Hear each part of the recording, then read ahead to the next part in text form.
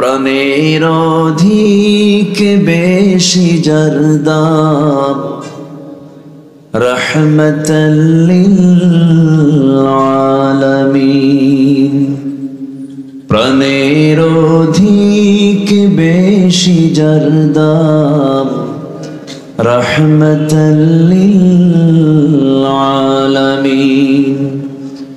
জানো কি তোমরা তাহার নাম রহমতাল লিল আলামিন।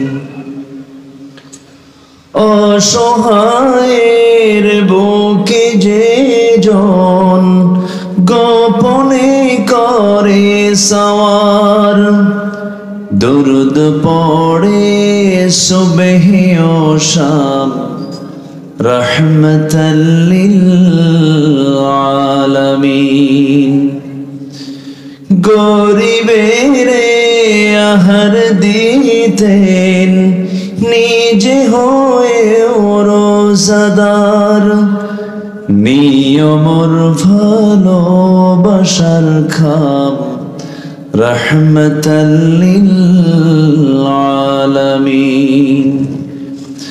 তার পথে যে বিছিয়ে দিত টুকরো কাটা স্তূপ করে, তাকেও দিলেন প্রেম মুজাসসাম রহমতাল লিল আলামিন।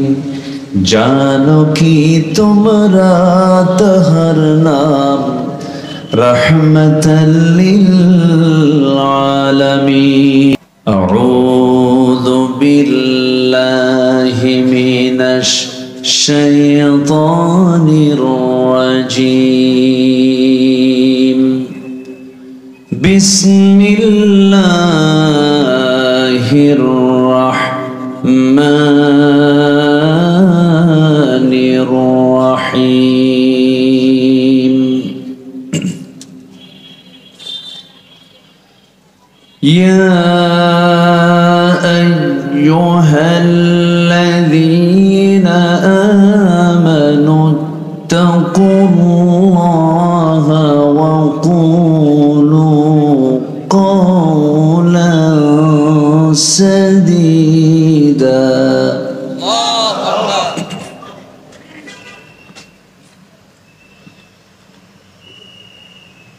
يصلح لكم أعمالكم ويغفر لكم ذنوبكم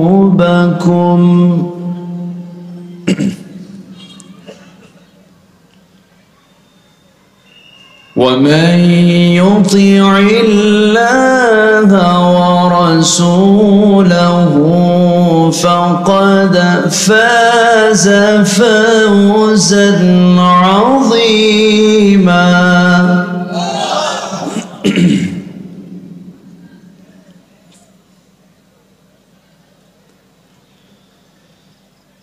إنا عرضنا الأمانة على السماوات والأرض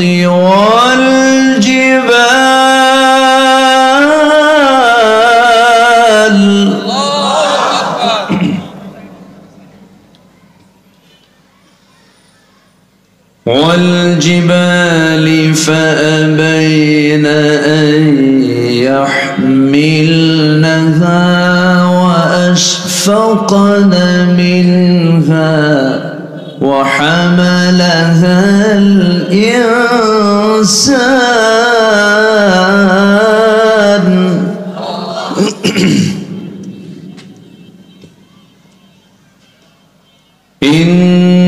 إنه كان ظلوما جهولا.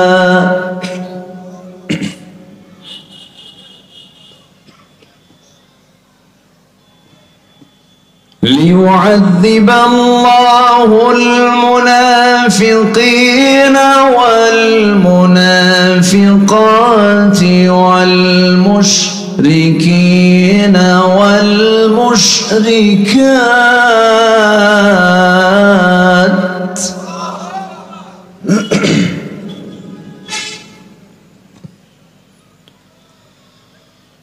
ويتوب الله على المؤمنين والمؤمنات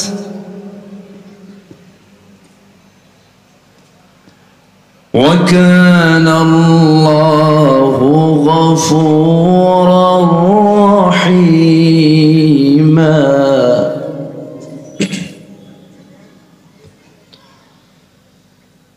الله أكبر. بسم الله الرحمن الرحيم.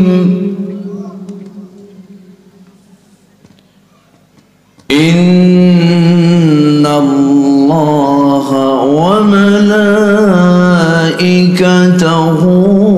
يصلون على النبي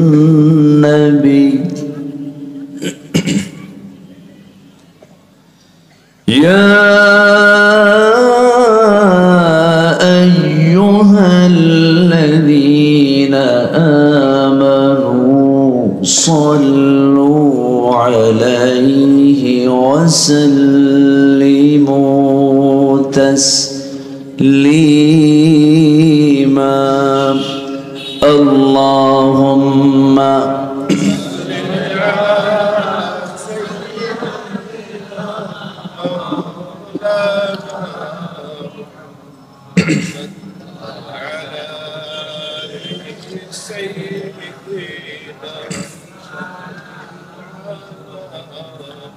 একটু মহব্বত দিয়ে নবীর প্রেমে মাতোয়ারা হয়ে জবান খুলে আওয়াজ দিয়ে সবাই বলুন আল্লাহুম্মা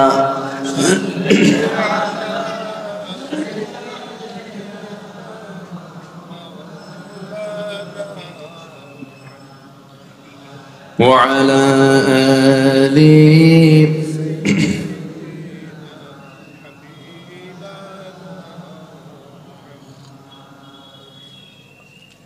প্রাণের অধিক বেশি জরদাম রহমতাল লিল আলামিন।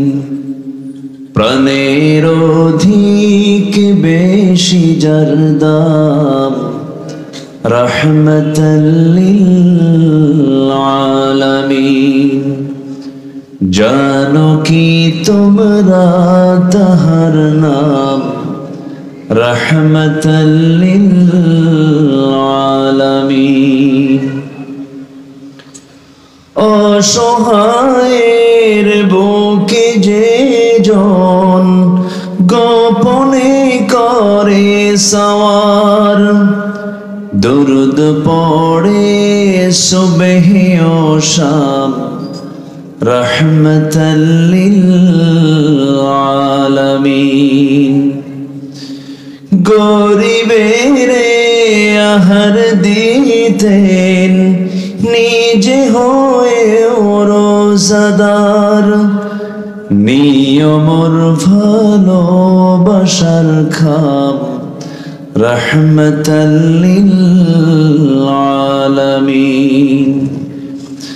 তার পথে যে বিছিয়ে দিত টুকরো কাটা স্তূপ করে তাকেও দিলেন প্রেম মুজাসসাম রহমতাল লিল আলামিন। জানো কি তোমরা তাহার নাম রহমতাল লিল আলামিন। আল্লাহুম্মা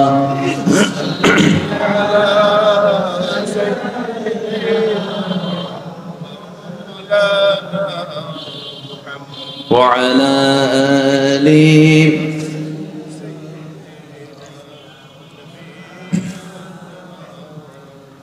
সবাই বলুন বালাগাল উলা বিকামালিহি كشف الدجى بجماله حسنت جميع خصاله صلوا سورة يوسف بداري حكمة لقمان ما قارئ قرآن باري يهدي لسادمان ما بلغ العلا بكماله كشف الدجى بجماله حسنت جميع خصاله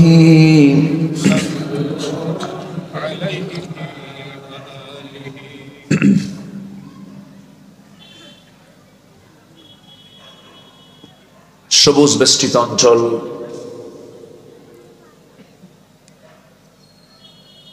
রাজশাহী জেলার পুঠিয়া উপজেলার ধোপাপাড়া মোহনপুর আলীম মাদ্রাসা মাঠে অনুষ্ঠিত যুব সমাজ কর্তৃক আয়োজিত তৃতীয় বার্ষিকী তাফসীরুল কোরআন মাহফিল 2025 মহৎ আয়োজনের সম্মানিত সুযোগ্য সভাপতি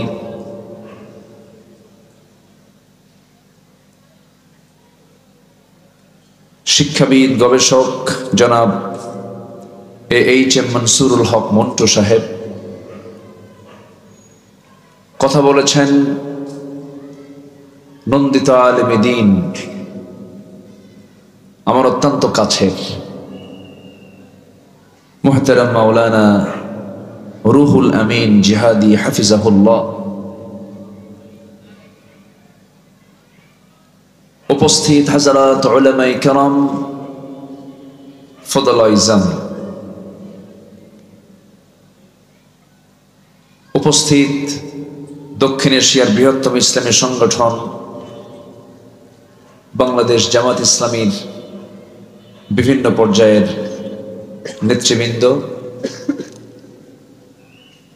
সামনে উপস্থিত আজকের মাহফিলের প্রধান আকর্ষণ, যাদেরকে নিয়ে আজকের এই সাজানো গোছানো বর্ণাঢ্য আয়োজন, তাওহীদের পতাকাবাহী, কালেমার ঝান্ডাবাহী, দ্বীন ইসলামের নরসারদুল বীর মুজাহিদ, প্রাণ প্রিয় সম্মানিত দ্বীনি ভাইরা, আড়ালে বসে আছেন শ্রদ্ধেয়া সম্মানিতা মা বোনেরা।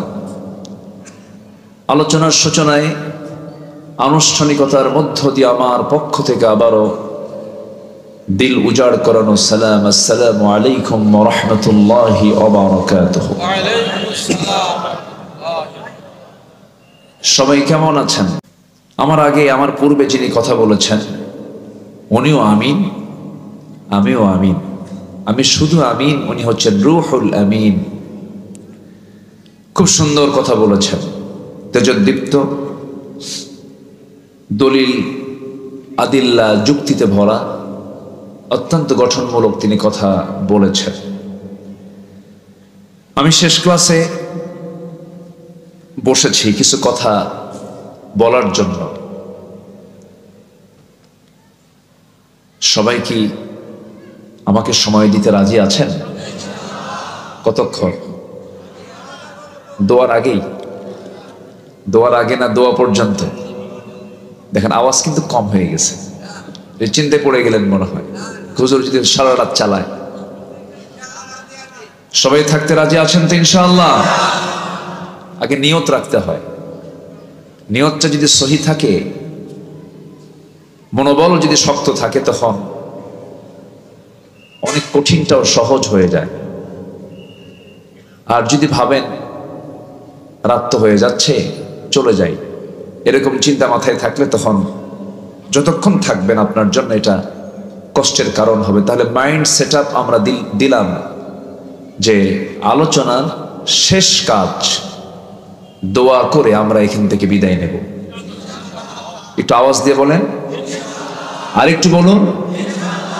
এটা আমার বলা লাগতো না, একটু বেশি রাত হয়েছে তো, কমিটিও চেয়েছেন আমাকে একটু আগে ওঠানোর জন্য, কিন্তু আমার আগের যিনি মেহমান তিনি একটু পরে উঠেছেন।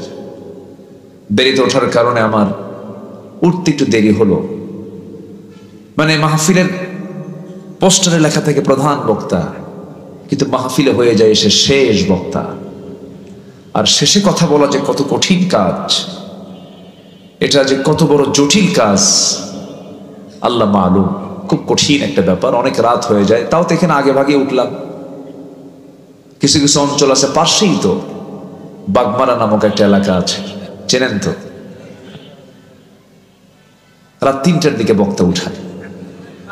রাত কয়টায়? 3টায়। পাশেই, কিন্তু একই জেলা, মান্দা বাগমারা। কয়েক বছর আগে ময়মনসিংহে একটা মাহফিল ছিল, আমাকে বললো হুজুর 8টার দিকে গেছে রাতে। ভাবলাম দেরি যেন হয়ে গেল। বললো হুজুর খাওয়া দাওয়া করেন, বালিশ কম্বল দিলাম, ঘুমান। তো বললাম ঘুমাবো, আলোচনা হবে কখন? হুজুর গতবারের প্রধান মেহমান যে সময় উঠছে তার 1 ঘন্টা আগে আপনি উঠবেন। আমাকে তারা ডাক দিল মাত্র রাত 3টায়। রাত 3টায়। তো বললাম আলোচনা কি করবো? হুজুর আলোচনা করার দরকার নেই, শুধু আওয়াজ করবেন, ওয়াজ দরকার না, আওয়াজ। এরকম সংস্কৃতি আমার দেশে চালু আছে। নামাজ যদি অসময়ে পড়েন হবে, পরীক্ষার হলে যদি অসময়ে যান খাতা পাবেন, লিখতে পারবেন না। তাহলে পরীক্ষার হল নিয়মে চলে, অফিস নিয়মে চলে, নামাজ নিয়মে চলতে হয়। রোজা যদি মনে করেন খামাখা দরকার কি সওয়াব একটু ডাবল নেব, ইফতার করবো এশার সময়, কাম হবে? হবে না।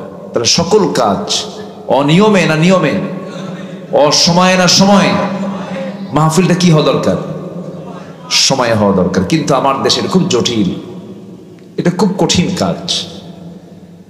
আমরা চেষ্টা করি কিন্তু হয় না, এলোমেলো হয়ে যায়। টাইম সিলেকশনের ব্যাপারে মাহফিল কমিটি সচেতন হলে জাতি কিছু সুসময়ে কিছু কথা শুনতে পারে। আরেকটি বিষয় আমার খুব ভালো লেগেছে, ভাইজান বলেছেন জনসভা আর তাফসীর মাহফিলের মধ্যে কিছু পার্থক্য আছে। আছে কিনা বলেন? আছে। জনসভার মেজাজ হবে একরকম, তাফসীর মাহফিলের মেজাজ হবে ভিন্ন রকম। এখানে কান্না থাকবে, এখানে আলোচনার গভীরতা থাকবে, এখানে নফসের উপর আলোচনা হবে, এখানে ইমানের গভীরতা নিয়ে কথা হবে। কিন্তু আজকের ম্যাক্সিমাম মাহফিলগুলোতে কিছু আলোচক আমরা লক্ষ্য করি এমন হাসান হাসায় শ্রোতার পেটের চামড়া ব্যথা হয়ে যায়। আসতে কোন কেন? আছে না নাই? আচ্ছা না, আলোচনার মাঝে থাকতে হবে সবচাইতে বেশি কার কালাম? বলেন কার কালাম থাকতে হবে? আল্লাহর কালাম। এই কথাগুলো আমি এই জন্য বললাম যেন প্রযুক্তির মধ্য দিয়ে, মিডিয়ার মধ্য দিয়ে, অনলাইনের মধ্য দিয়ে যেন এই কথাগুলো এদেশের কমিটিদের কানে যায়, মাহফিল কমিটিদের যেন একটা পরামর্শের মতো যেন কাজ হয়, এবং আলোচনার সৌন্দর্য সৃষ্টি করার জন্য যেন এমন কথাগুলো যেন সবার কানে কানে পৌঁছে যায়। আমি এই জন্যই শুরুতেই এই দুটো পয়েন্ট আমি একটু কথা বলে নিলাম। তাহলে আমরা থাকছি কতক্ষণ? যতক্ষণ কিনা হবে, কিনা হবে বলেন, দোয়া না হবে। আল্লাহ কবুল করুন, জোরে বলি আমিন। সবাই মাইন্ড সেট আপ দিয়েছেন তো ইনশাআল্লাহ? আসুন আমরা এখন আলোচনার দিকে যাই। মাগরিবের পরে উঠলে এই কথা বলা লাগতো না। আসেন আমরা এখন কথা বলি সেই কালাম থেকে যে কালাম সব কথা বলে। সুবহানাল্লাহ বলবেন না? এই কোরআন ছাড়া পৃথিবীর সব কিতাব কি সব কথা বলতে পারে? সব কথা বলতে পারে না। আর কোরআন সব কথা বলে দেয়। শত শত আয়াত আছে শুধু ফিজিক্স কেমিস্ট্রির উপরে, সায়েন্সের উপরে। কত তথ্য যে আল্লাহ পাকের মধ্যে রেখেছেন। আল্লাহু আকবার। আল্লাহ রাব্বুল আলামিন বলেন قل لو كان البحر مدادا لكلمات ربي لنفد البحر قبل أن تنفد قبل أن تنفد كلمات ربي ولو جئنا بمثله مددا আল্লাহর কালামের ব্যাখ্যা এত বড় ব্যাখ্যা, যদি গোটা পৃথিবীর সমস্ত সাত সমুদ্র যদি কলকালি হয়ে যায়, গোটা বৃক্ষ রাজে যদি কলম হয়ে যায়, পানিরূপী কলম পানিরূপী কালি দিয়া কলম দিয়া লিখতে লিখতে সাত সমুদ্রের পানিরূপী কালিগুলো লিখে লিখে শেষ হয়ে যাবে, কলম ভোত্রা হয়ে যাবে, পানি নিঃশেষ হয়ে যাবে, কিন্তু আল্লাহর কালামের ব্যাখ্যা লেখা, আমার রবের কালিমার ব্যাখ্যা লেখা কোনোদিন শেষ করা যাবে না। জোরে বলি সুবহানাল্লাহ। কোরআন হচ্ছে তলাহীন একটি সাগরের নাম, যার কোনো তলা নাই। সকল জ্ঞানের উৎস হচ্ছে সোর্স অফ হোল নলেজ। প্রত্যেকটা জ্ঞানের মূল জায়গা হলো, সেন্ট্রাল হচ্ছে কোরআন। সেই কালামে হাকিম থেকে যৎকিঞ্চিত কিছু কথা আমি বলতে চাচ্ছি, আল্লাহ যেন আমাকে সেই কথাগুলো বের করে দেন যে কথাগুলো মুসলিম উম্মার জন্য এই মুহূর্তে খুবই প্রয়োজন। জোরে বলি আল্লাহুম্মা আমিন। আপনাকে শয়তানের ওয়াসওয়াসা থেকে কেউ বাঁচাতে পারবে না যদি আপনার ভিতরে ইলম না থাকে, কেউ বাঁচাতে পারবে না। ঈমান মজবুত থাকবে ঈমানের জ্ঞান থাকলে। আপনার মুসলমানিত্ব টিকে থাকবে ইসলাম জানা থাকবে। ইসলাম যদি জানা না থাকে, আপনার ঈমানের জ্ঞান যদি না জানা থাকে, তাহলে আপনার ঈমান যখন তখন শয়তান সবেরে নিয়ে চলে যাবে, আপনি নিজে টেরও পাবেন না কখন শয়তান নিয়ে চলে গেছে। ইউসবিহু মুমিনান ওয়া ইউমসি কাফিরান। সকালবেলা মানুষ মুমিন থাকবে, বিকেলবেলা কাফের হয়ে যাবে আখিরি জামানায়। সম্মানিত ভাইয়েরা, আমরা কঠিন একটি সময় আমরা অতিক্রম করছি, যে সময় পৃথিবীর এমন কিছু দেশ আছে যে দেশে সমকামিতার আইন, সংসদ আইন আকারে পাশ হয়। সমকামিতা, হোমোসেক্স, যেটা একটা কুকুর শুকুর সিগালের মধ্যেও নাই, সেই সমকামিতার আইন আমেরিকার মতো দেশে, অনেক ইউরোপের দেশে এটাকে তারা জায়েজ মনে করে। নাউজুবিল্লাহ বলা যাবে না? জোরে বলুন নাউজুবিল্লাহ।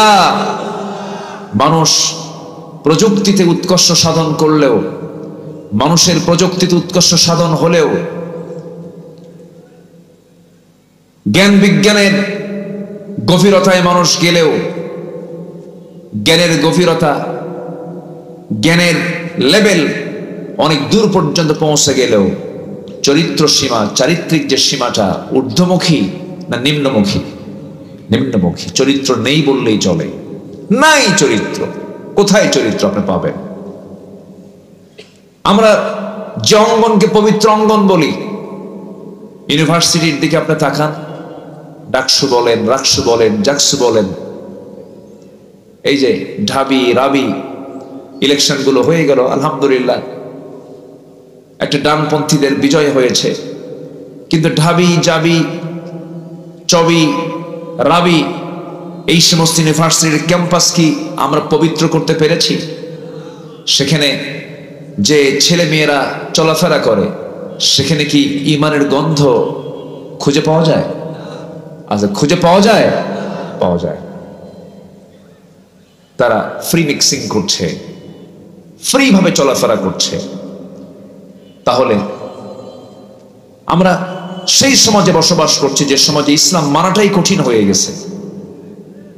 ইসলাম মানাটা কি হয়ে গেছে? এখানে বেশ কিছু প্রশ্ন এসেছে।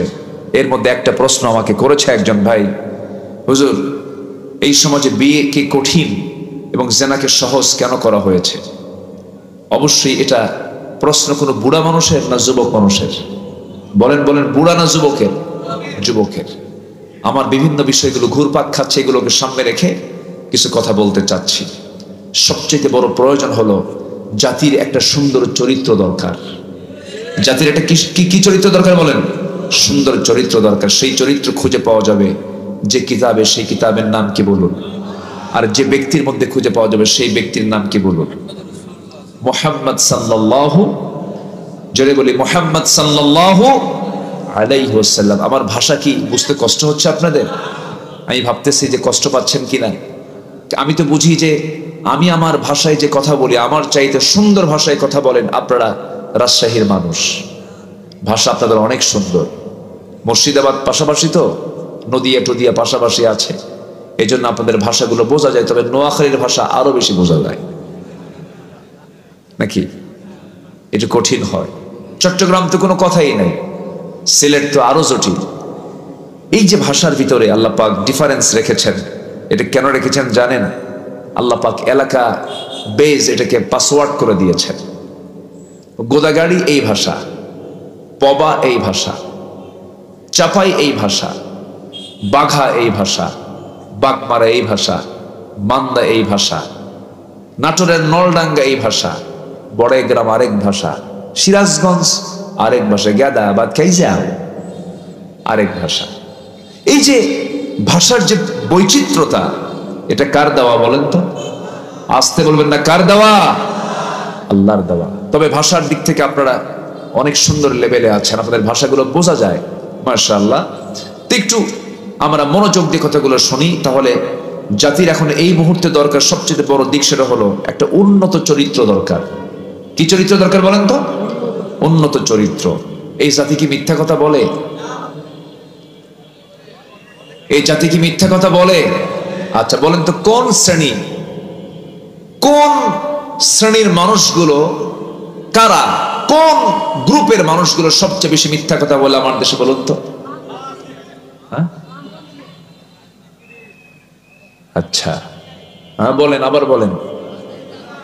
রাজনীতি যারা করে, এই কথা বললেন আপনারা, অর্থাৎ মানে নেতাদের কথা বলতেছেন মনে হয় নাকি? আমি কিন্তু বলি নাই ভাই, আপনারাই বললেন। যদি কেউ থাকেন, কেউ মাইন্ডে নেবেন না। তাহলে আমি কিন্তু বলেছি কোন শ্রেণী বেশি মিথ্যা কথা বলে। আপনারা কিন্তু শিক্ষকের নাম নেননি, আপনারা ইমামের নাম নেননি, ব্যবসায়ীর নাম নেননি, বিভিন্ন পেশার লোক আছে তাদের কোনো নাম নেননি, এক চোটে নিয়েছেন নেতাদের নাম, রাজনীতিবিদের নাম। ঠিক কিনা বলেন? আচ্ছা, তাহলে আপনারাই কিন্তু বললেন। আবার আপনারা আমাকে দোষাবেন না, হুজুর এটা আবার কোন দিকে নিয়ে গেলেন? আমি প্রশ্ন করলাম, আপনারা আমাকে ওই দিকে নিয়ে চলে গেলেন।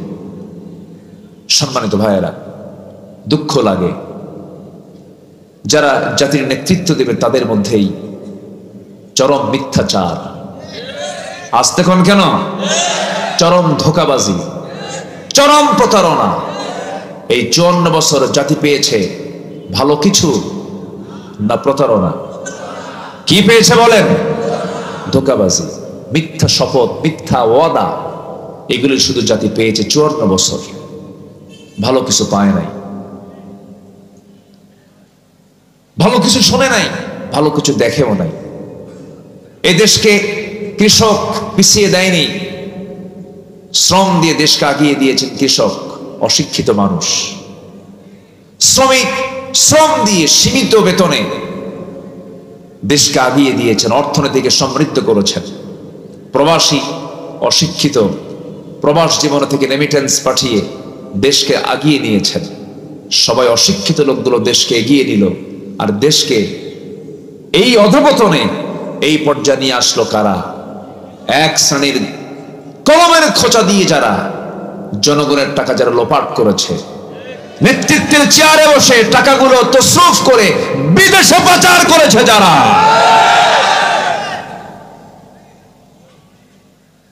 রাগ করলেন? রাগ করলেও কিচ্ছু করার নাই, বাস্তব কথা।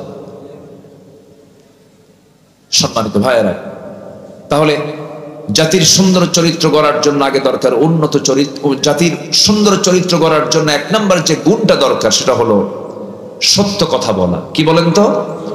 সত্য কথা বলা। এক জায়গায় না সব জায়গায়, এক জায়গায় না সব জায়গায়, সব জায়গায়। কোরআনের আলোকে উন্নত চরিত্র গঠনের জন্য 15টা চারিত্রিক গুণ আমি আজকে একটা একটা করে বলতে চাই।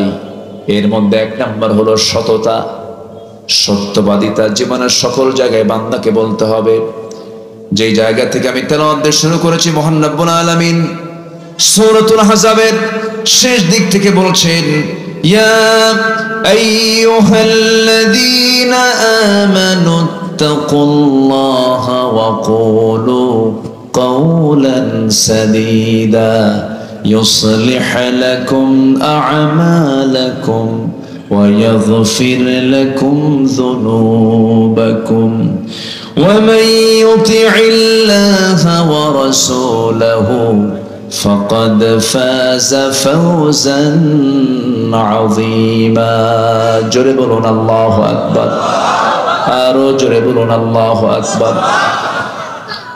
আমার ভাইরা, সততা মানুষকে ভালোর দিকে নিয়ে যায়। সেই ভালো বান্দা হলে পরে বান্দাকে জান্নাত পর্যন্ত নিয়ে যায়। মিথ্যা মানুষকে ধ্বংসের দিকে নিয়ে যায়, শেষ পরিণতি তার জন্য জাহান্নাম হয়ে যায়। এই পৃথিবীতে একজন মহামানব, যার ব্যক্তিগত জীবন, সামাজিক জীবন, পারিবারিক জীবন, রাজনৈতিক জীবন, সব জীবন তিনি পরিচালনা করেছেন, কিন্তু কোনোদিন তার মুখ থেকে অযাচিত একটা বাজে কথা, অতিরঞ্জিত কোনো শব্দ চয়ন, একটা মিথ্যা কথা বের হয় নাই। সেই মহান ব্যক্তির নাম কি বলুন? মুহাম্মদ সাল্লাল্লাহু আলাইহি ওয়াসাল্লাম। আমি কি দোয়া করে দেব? তাই যে তুই একজন করে চলে যায়,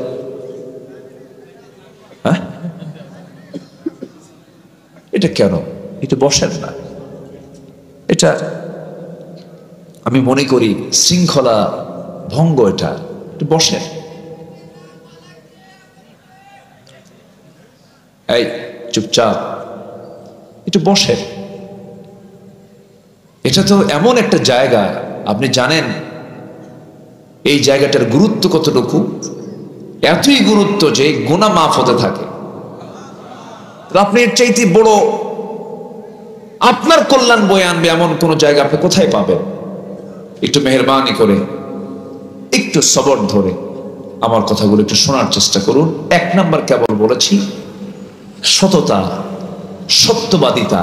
এটা এমন একটা গুণ, আল্লাহ বলেন এই গুণ যদি তোমার মধ্যে এসে থাকে, আমি তোমার ভুল আমলগুলোকেও ঠিকঠাক করে দেব। যেরকম সুবহানাল্লাহ। জাতিকে উন্নত করার জন্য এই একটা গুণ যদি জাতির মধ্যে ঢুকায় দেওয়া হয়, একটা গুণ, এই জাতি ভালো হওয়ার জন্য আর কিচ্ছু লাগবে না, এই একটা গুণই যথেষ্ট। জোরে বলি সুবহানাল্লাহ। কিন্তু এখানেই বড় প্রবলেম। এত মিথ্যা কথা বলে। পুঠিয়ার মোড়ে মোবাইল ফোন নিয়ে কথা বলছে, ভাই আপনি কোথায়? আমি তো জাহান্নামের চৌরাস্তায়। এত মিথ্যাচার, বসতে উঠতে খাইতে শুধু মিথ্যা দিয়ে দিন পার হয়, এমন ইমানদার মনে হয় আমার দেশে নাই। আসতে বলবেন না, আছে না নাই?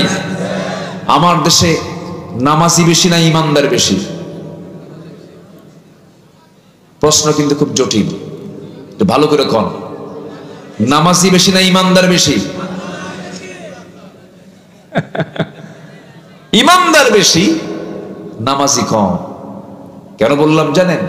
বুকে থাপড়ায় বলে, জানো নামাজ না পড়তে পারি, ইমান তো আছে। আছে কিনা বলেন? তাহলে আমার দেশে নামাজি বেশি না ইমানদার বেশি? ইমানদার বেশি। এগুলো করা যাবে না, এগুলো ঠকবাজি। নামাজ না পড়লে আপনার ইমান টিকে থাকবে কেমনে? কার উপরে থাকবে ইমানটা? বল, নামাজি নাই, তার কি ইমান টিকে থাকে? কেমনে থাকে? একটু কান লাগাবেন। একজন মহান ব্যক্তির কথা বলছিলাম, যার জীবনে একটা মিথ্যা মুখ থেকে বের হয় নাই। তিনি হচ্ছেন আমাদের আদর্শ, তিনি হচ্ছে আমাদের লিডার, তিনি হচ্ছেন আমাদের সকল কিছু। একদম উসওয়া হাসানা করে আল্লাহ পাক যাকে পাঠিয়েছেন, লাকাদ কানা লাকুম ফি রাসূলিল্লাহি উসওয়াতুন হাসানাহ। তিনি সকল কিছুর মডেল ছিলেন। দুনিয়ার সকল এতিমরা এমন কথা যেন না বলতে পারে, পৃথিবীর সেরা মানুষ এতিমদের অধিকার আদায় করবেন কেমনে? তিনি তো নিজে এতিম ছিলেন না, আল্লাহ পাক তাকে ডাবল এতিম করেছিলেন। জন্মের পূর্বে বাপ, জন্মের পর কে নাই? মা নাই। এতিমের অধিকার তিনি প্রতিষ্ঠা করেছিলেন। আমার নবীজি সকল দিক থেকে, সকল আদর্শের দিক থেকে সব কিছুকে মডেল করে আল্লাহ রাব্বুল আলামিন যাকে সিলেকশন করে বলছেন, ওয়ামা আরসালনাকা ইল্লা রাহমাতাল লিল আলামিন। জোরে বলুন আল্লাহু আকবার, আরো জোরে বলুন আল্লাহু আকবার। হে রাসূল, আমি আপনাকে গোটা জগৎবাসীর জন্য রহমত করে দুনিয়াতে পাঠিয়েছি। আমি হলাম রব্বুল আলামিন, আপনি হচ্ছেন রাহমাতুল লিল আলামিন। আমার নবীজির এক নম্বর গুণ ছিল, তিনি ছোটবেলা থেকে সারা জীবন কোনোদিন একটা মিথ্যা কথা বলেন নাই। তাকে আল আমিন বলতো, আর সাদেক বলতো, তাকে আমানতদার মনে করতো, ব্যাংক মনে করতো। শত্রু পর্যন্ত তার হাতে সম্পদ আমানত রেখে যেত। আমার নবীজি সবার কাছে ভালোই ছিলেন। নবুয়তের আগ পর্যন্ত মক্কার কোন কুরাইশ নবীর বিরুদ্ধে একটা মিথ্যাচার করার সাহস পায় নাই, কেউ তাকে খারাপ বলে নাই। কিন্তু আমার নবীর কাছে যেদিন ওহী নাজিল হয়েছে, কোরআন নামক কিতাব যখন নাজিল হয়ে গেছে, যারা সুদখোর, যারা মদখোর, একটা প্রশ্ন এখানে আসছে সুদের ব্যাপারে, বলবো বলবো বলবো বলবো। যদি কেউ এই সময় ওঠেন, ভাববো ওটাই সুদ খায়। বসে আমার বন্ধুগণ, আমার নবীজি নবুয়তের আগ পর্যন্ত সবার কাছে ভালো ছিলেন, কেউ তাকে খারাপ বলে নাই। কিন্তু আমার রাসূলকে যখন আল্লাহ পাক নবুয়ত দান করলেন, কোরআন নামক কিতাব যখন নবীর কাছে চলে এলো, আলো যখন আসে অন্ধকারে থাকে না, পালায়, অন্ধকারে পালায়। কোরআনের মতো নূর যখন চলে এলো নবীর হাতে, অন্ধকার গুলো তখন একটু খেপতে লাগলো। আবু জেল বলল, মদ বন্ধ হবে মানবো না, জেনা বন্ধ হবে মানবো না, সুদ বন্ধ হবে মানবো না। এই তিনটা জিনিস আমার দেশে নাই। আসতে বলবেন না, আছে না নাই? তাহলে এখন বলুন, এটা কি মুসলিম সমাজ না জাহেল সমাজ? কি আমি কি ভুল বললাম? আবু জাহেলের সমাজে জেনা ছিল, আবু জাহেলের সমাজে সুদের কারবার ছিল, চক্রাকারে সুদের কারবার হতো। আবু জাহেলের সমাজে জেনা হতো, আমার বন্ধুগণ সুদের কারবার হতো।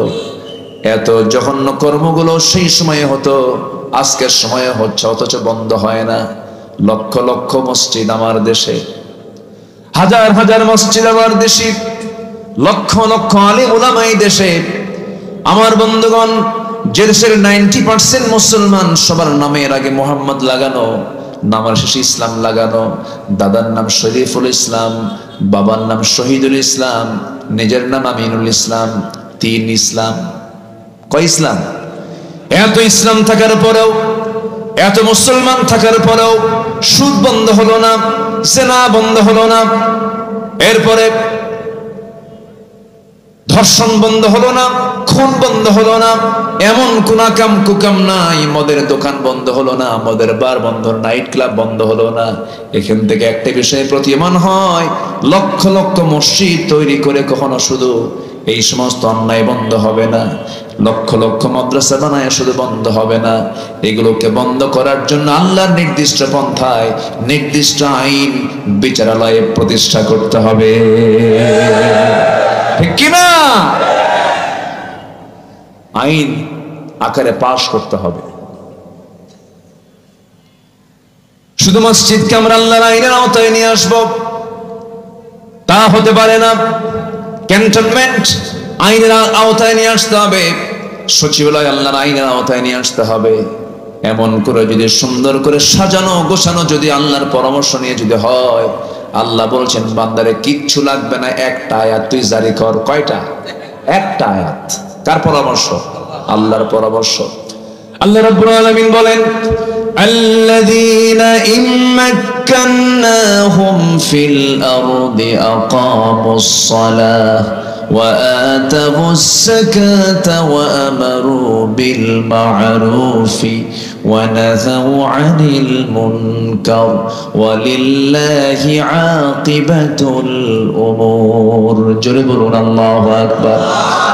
এই জাগতিক জীবনে আমি যাদেরকে রাষ্ট্রীয় ক্ষমতা দান করব, তাদের জন্য বেশি কিছু লাগবে না, 4টা দফা, শুধু 4টা দফা।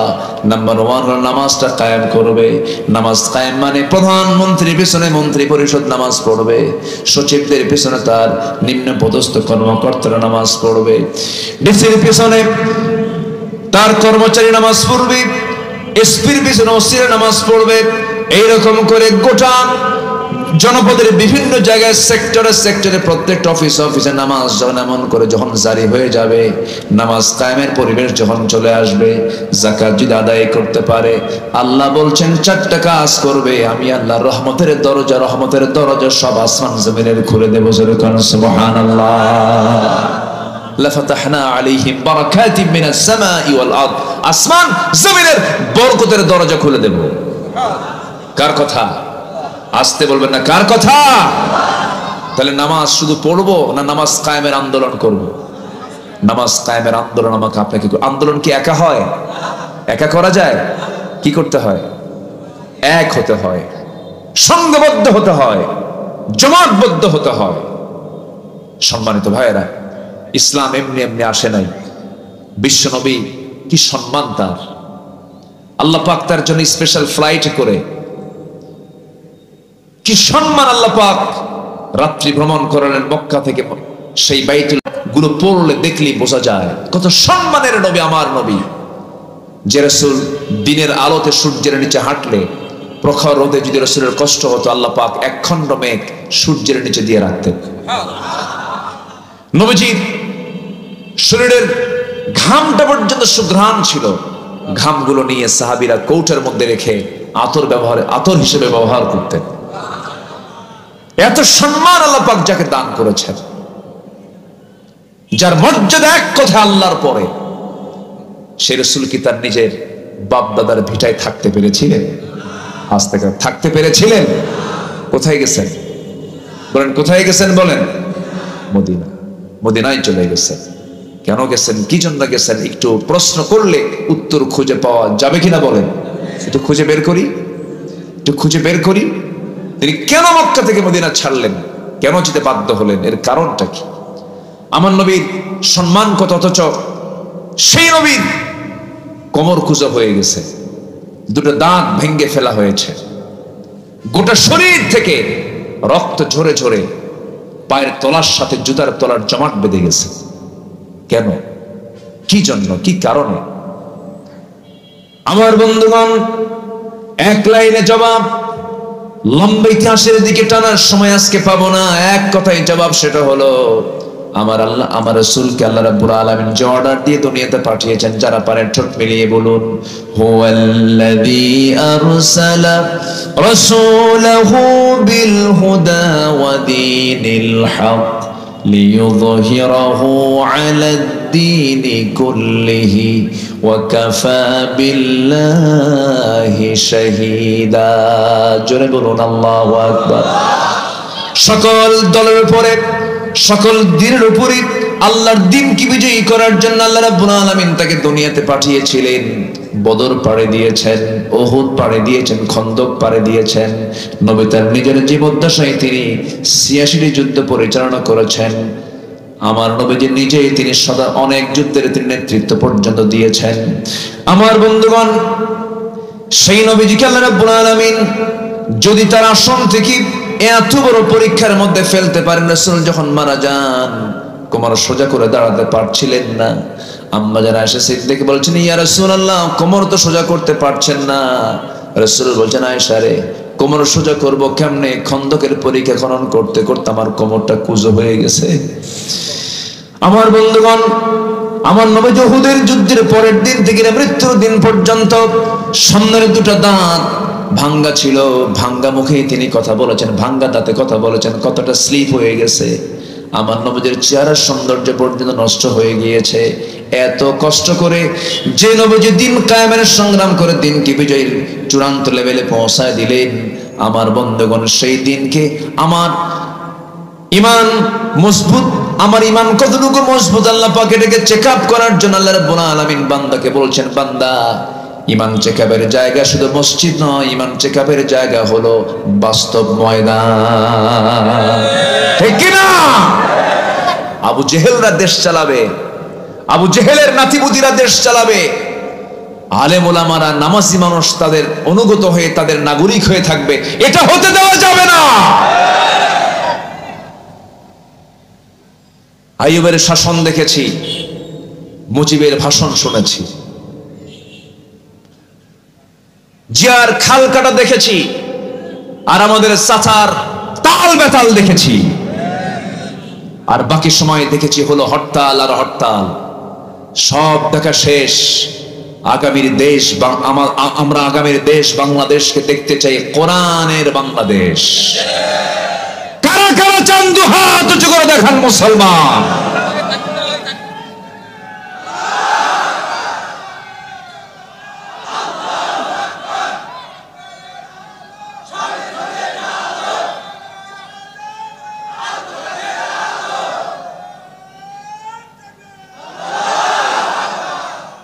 আল্লাহ কবুল করেন, জোরে বলি আমিন, আরো জোরে আমিন।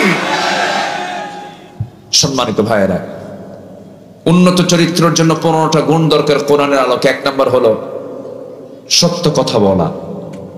রাজি আছেন তো সবাই? সবাইকে রাজি আছেন? স্ত্রীর সামনে কি মিথ্যা কথা বলবো না সত্য কথা বলবো? কিছু সময় কিছু জায়গায় যুদ্ধের ময়দানে আমি কি শত্রুকে সত্য কথা বলবো? বলেন, সত্য কথা বলবো? কি বলবো? যা হবে তার কি উল্টা বলতে হবে, বিপরীতটা বলতে হবে। এটা হচ্ছে যুদ্ধের কৌশল। ওই জায়গায় মিথ্যা কথা বলা জরুরি, আপনি মিথ্যা কথা বলতে হবে ওই জায়গায়। কিছু জায়গা আছে সেখানে মিথ্যা বলতে হবে। যেরকম বিশেষ বিশেষ সময়ে স্বামী তার স্ত্রীকে একটু কৌশল করে কিছু মিথ্যা বলতে পারে, আবার পাইকারি দরে কইেন না। এটা আবার ভাববেন না যে আব্দুল আল আমিন আজকে বলে গেছে জীবনে যতদিন আছে ফাঁকি শুধু দিতেই থাকবে, না। এটা হচ্ছে হায়ার অ্যান্টিবায়োটিক। এটা হায়ার অ্যান্টিবায়োটিক। এটা জীবনে 2-1 বার দেওয়া যেতে পারে। খুব রাগ করেছে স্ত্রী, তোমার সংসার করবই না। মেয়েদের মধ্যে এই জাতীয় কথা, প্রান্তিক কথা কম আসে না বেশি আসে? কম আসে না বেশি আসে? পুরুষরাও কম না, কিছু পুরুষও আছে বেজুত, ধৈর্য নাই বললেই চলে। এক মহিলা কয়েকদিন আগে আমাকে ফোন দিয়ে বলে, হুজুর একটা কথা, প্রশ্ন কি, আমার স্বামী সকালেও তালাক দেয়, সন্ধ্যাও তালাক দেয়, আমি কি আসি না নাই? তাহলে এটা যদি হয় অবস্থা, এটা কেমন হলো? সম্মানিত ভাইয়েরা, হয়তো রাগ করে বউ প্ল্যান করতেছে আমি চলেই যাবো বাবার বাড়ি, আমি তোমার সঙ্গে সংসার করবো না, থাকো তোমার সংসার নিয়ে, তোমার বাচ্চা কাচ্চা নিয়ে থাকো, গেলাম চলে গেলাম। খুব চূড়ান্ত অবস্থা কাজ করছে। সেই সময় আস্তে করে ডাক দিবেন, ময়না, অথবা একটা কিছু ডাক দিলেন, ডাক দিয়ে বসায় দিয়ে বললেন, তুমি কি চাও? আগামীকাল তোমার জন্য আমি ঢাকা যাচ্ছি, আমি তোমার জন্য দেশ ট্রাভেলস টিকিট বুকিং করেছি। আছে নাকি এদিকে? ও, তাহলে তোর নাম কমনই করছে বলো।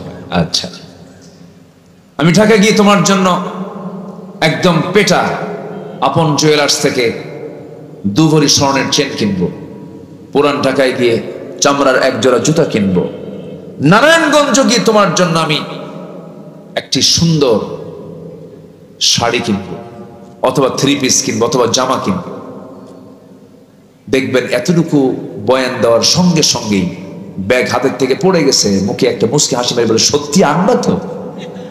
দেখবেন সব ক্লিয়ার। পরে কিচ্ছু দিবেন না, গুনাহ হবে না।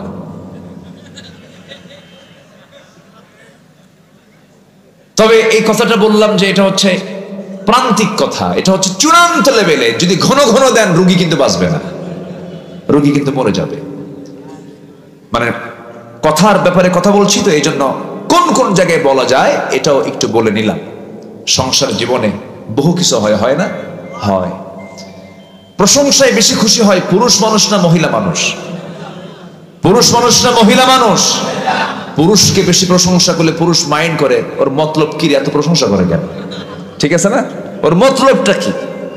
পুরুষ মানুষ কিন্তু বেশি প্রশংসা পেলে ও সন্দেহ করে, ওর মতলব কি দেখ। কিন্তু নারীর যদি প্রশংসা করা হয়, দেখবেন যে ও ফুলতে ফুলতে আকাশে উঠে গেছে। তাই তো, আমি তো তাই তো। এটাই চলেছে 16 বছর। মমতাজ গান গায়, আর আমাদের নেত্রী মুস্কি মুস্কি হাসি মারে। ঠিক কি না? শুধু তেল মারা রাজনীতি দেখেছি আমরা ওই সমস্ত নোংরা দৃশ্য দেখতে চাই না। সংসদ হবে কার্যকর, অপ্রয়োজনীয় অতিরঞ্জিত কোন শব্দ চয়ন আমরা আর জাতি দেখতে চাই না আমরা। ঠিক কিনা? আমরা আমাদের কথাকেও সুন্দর করব, উন্নত চরিত্র গঠন করার জন্য 1 নাম্বার দিক হচ্ছে আমরা সত্যবাদিতা জীবনের এক জায়গায় না সকল জায়গায়, সকল জায়গায়। প্রচলিত রাজনীতি মানেই হচ্ছে ঠকবাজি, প্রচলিত রাজনীতি মানে হচ্ছে মিথ্যাচার, পলিটিক্স। এটার যদি আপনি মূল ব্যাখ্যায় মূল অর্থে যদি চলে যান, যে কোনো মূল্যে তার প্রতিপক্ষকে হারিয়ে ফেলার নামই হলো পলিটিক্স। অর্থাৎ মিথ্যা দিয়ে হোক, ধান্দাবাজি কইরা হোক, হারাতেই হবে, এর নাম হচ্ছে পলিটিক্স। কিন্তু ইসলাম এই প্রচলিত রাজনীতিকে বিশ্বাস করে না। সম্মানিত ভাইরা, তাহলে সবাইকে সত্য কথা বলতে রাজি আছি তো? এক জায়গায় না সব জায়গায়? সব জায়গায়। ও বইয়ের জায়গা বাদ না? কে জানে কি কইলো যেন, কি যেন শুনলাম একটা। আচ্ছা, না ওটাও বলা যাবে না, ওটা বিশেষ বিশেষ মাঝে মাঝে, মাঝে মাঝে কে মাঝে মাঝে না, খুব রেয়ার হতে পারে। হয়তো সংসার ভেঙে যাচ্ছে অথবা এরকম কিছু হচ্ছে, সেই ক্ষেত্রে হতে পারে। আপনাকে রাগ করতেছেন নাকি আপনারা ভাই? আচ্ছা, আমার বন্ধুগণ, সত্য কথার উপরে টিকে থাকা, দ্বীনের উপরে টিকে থাকা কিন্তু সহজ কোনো বিষয় নয়। একজন সাহাবীর কথা মনে হয়ে গেল আমার এই মুহূর্তে। একজন সাহাবী কালেমা পড়ে মুসলমান হয়েছেন, কেউ জানে না। বাপ দুনিয়া থেকে জন্মের পূর্বেই দুনিয়া থেকে বিদায় নিয়েছে। আপন চাচার কাছে মানুষ হয়েছেন সেই সাহাবী, চাচাও জানে না। হঠাৎ করে কানে সংবাদ গেল ভাতিজা নাকি ইসলাম কবুল করেছে। ভাতিজার কাছে এসে বলছে, এই ভাতিজা আব্দুল্লাহ, তুমি নাকি কালেমা পড়েছ। মুস্কান শিবিরে বলছেন, চাচা মিথ্যা কথা বলবো কেমনে?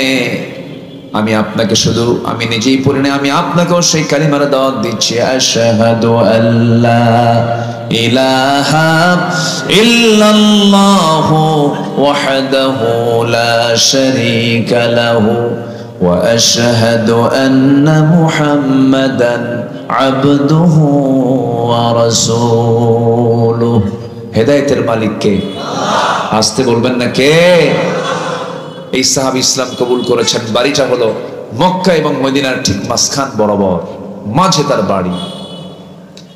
কালিমা পড়েছেন তিনি।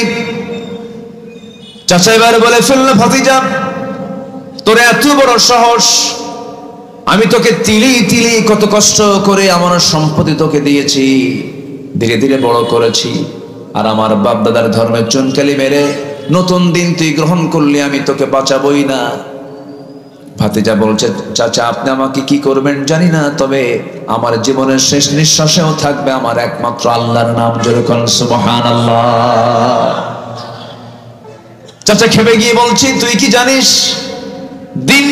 দিনটা না ছাড়লে তোর কত বড় ক্ষতি হয়ে যাবে? কি চাচা, কি ক্ষতি হবে বলুন? সঙ্গে সঙ্গে বলছে, সমস্ত সম্পত্তিগুলো আমি তোর থেকে জোর করে নিয়ে নেব। ভাতিজা বলছে, চাচা জোর করে নেওয়ার দরকার নাই, ঈমান নামক যে দৌলতটা পেয়েছি, আপনি আপোষে আমার যত সম্পত্তিগুলো আছে আমি আপনাকে দলিল করে দিলাম, এক্ষুনি আপনারা দিয়ে দিলাম, বিনিময়ে আমি কখনো ঈমানটা বিক্রি করতে পারবো না। চাচা খেপে গেল, রেগে গেল। এক পর্যায়ে থাপ্পড় মেরে জমিনে ফেলে দিয়া গায়ের জামাটা পর্যন্ত খুলে নিল, এমনকি পরে চূড়ান্ত লেভেলে গিয়া পরনের লুঙ্গিটা পর্যন্ত খুলে ফেলে উলঙ্গ করে ঘর থেকে বের করে দিয়েছে। সাহাবী করলেন কি, সোজা মার দরজায় গিয়ে করাঘাত করে বলছে, মা দরজাটা খোলা, আমার দিকে তাকাইও না, ঈমান এনেছি, হক গ্রহণ করেছি, সত্য গ্রহণ করেছি, এই অপরাধে আমার চাচা আমার শরীর থেকে শুধু কাপড় নয় লুঙ্গিটা পর্যন্ত খুলে নিয়েছে। ও মা দেখো তো ঘরের ভিতরে কোনো কাপড় আছে নাকি? এক খণ্ড চাদর তার মুখের উপরে নিক্ষেপ করলেন। মা চাদরটা দিয়া কোনো মতো সদরটাকে বলছে, মা আমার দিকে তাকায়ও না, আমি আর কোনো দরবারে যাব না, আমি আর কোথাও থাকবো না, আমার মন হাজার বার করে টানতেছে, নবীর সামনে না যাওয়া পর্যন্ত আমার মন প্রশান্ত হবে না। সাহাবী রাতের আধারে রওনা দিলেন। প্রচন্ড শীতকাল সেই সময়, সামান্য শুধু সতরটা ঢেকে নিয়ে সাহাবী রওনা দিয়েছেন মদিনার পানে। নবীর কাছে গিয়ে পৌঁছলেন, ফজর হয়ে গেল। নবীজি তাকে দেখতে পেলেন, সালাম বিনিময় হলো। রাসূল তাকে এমন অবস্থায় হাত পা কাঁপতেছে, ভিতরে চলে গেলেন, জুব্বা দুইটা বের করলেন, বের করে বলছেন, ও যুবক তাড়াতাড়ি কাপড় পরো, কি হয়েছে তোমার, সম্পূর্ণ ঘটনা খুলে বললেন। আমার রাসূল বলছেন, তোমার চাচা তোমাকে বস্ত্রহীন করেছে, আমি বিশ্বনবী, আমি তোমাকে আমার গায়ের জুব্বা তোমারে দান করে দিলাম। একটু আস্তে বলেন সুবহানাল্লাহ, একটু জোরে বলেন সুবহানাল্লাহ।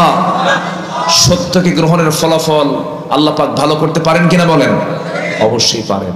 সত্যের উপরে টিকে ছিল যারা, আজকে স্বাধীন চেতা হয়ে বাংলার জমিনে তারা কথা বলছে, ঠিক কিনা বলেন? কারোর সামনে মাথা নত করেনি। আল্লামা সাঈদী একটা ইতিহাস,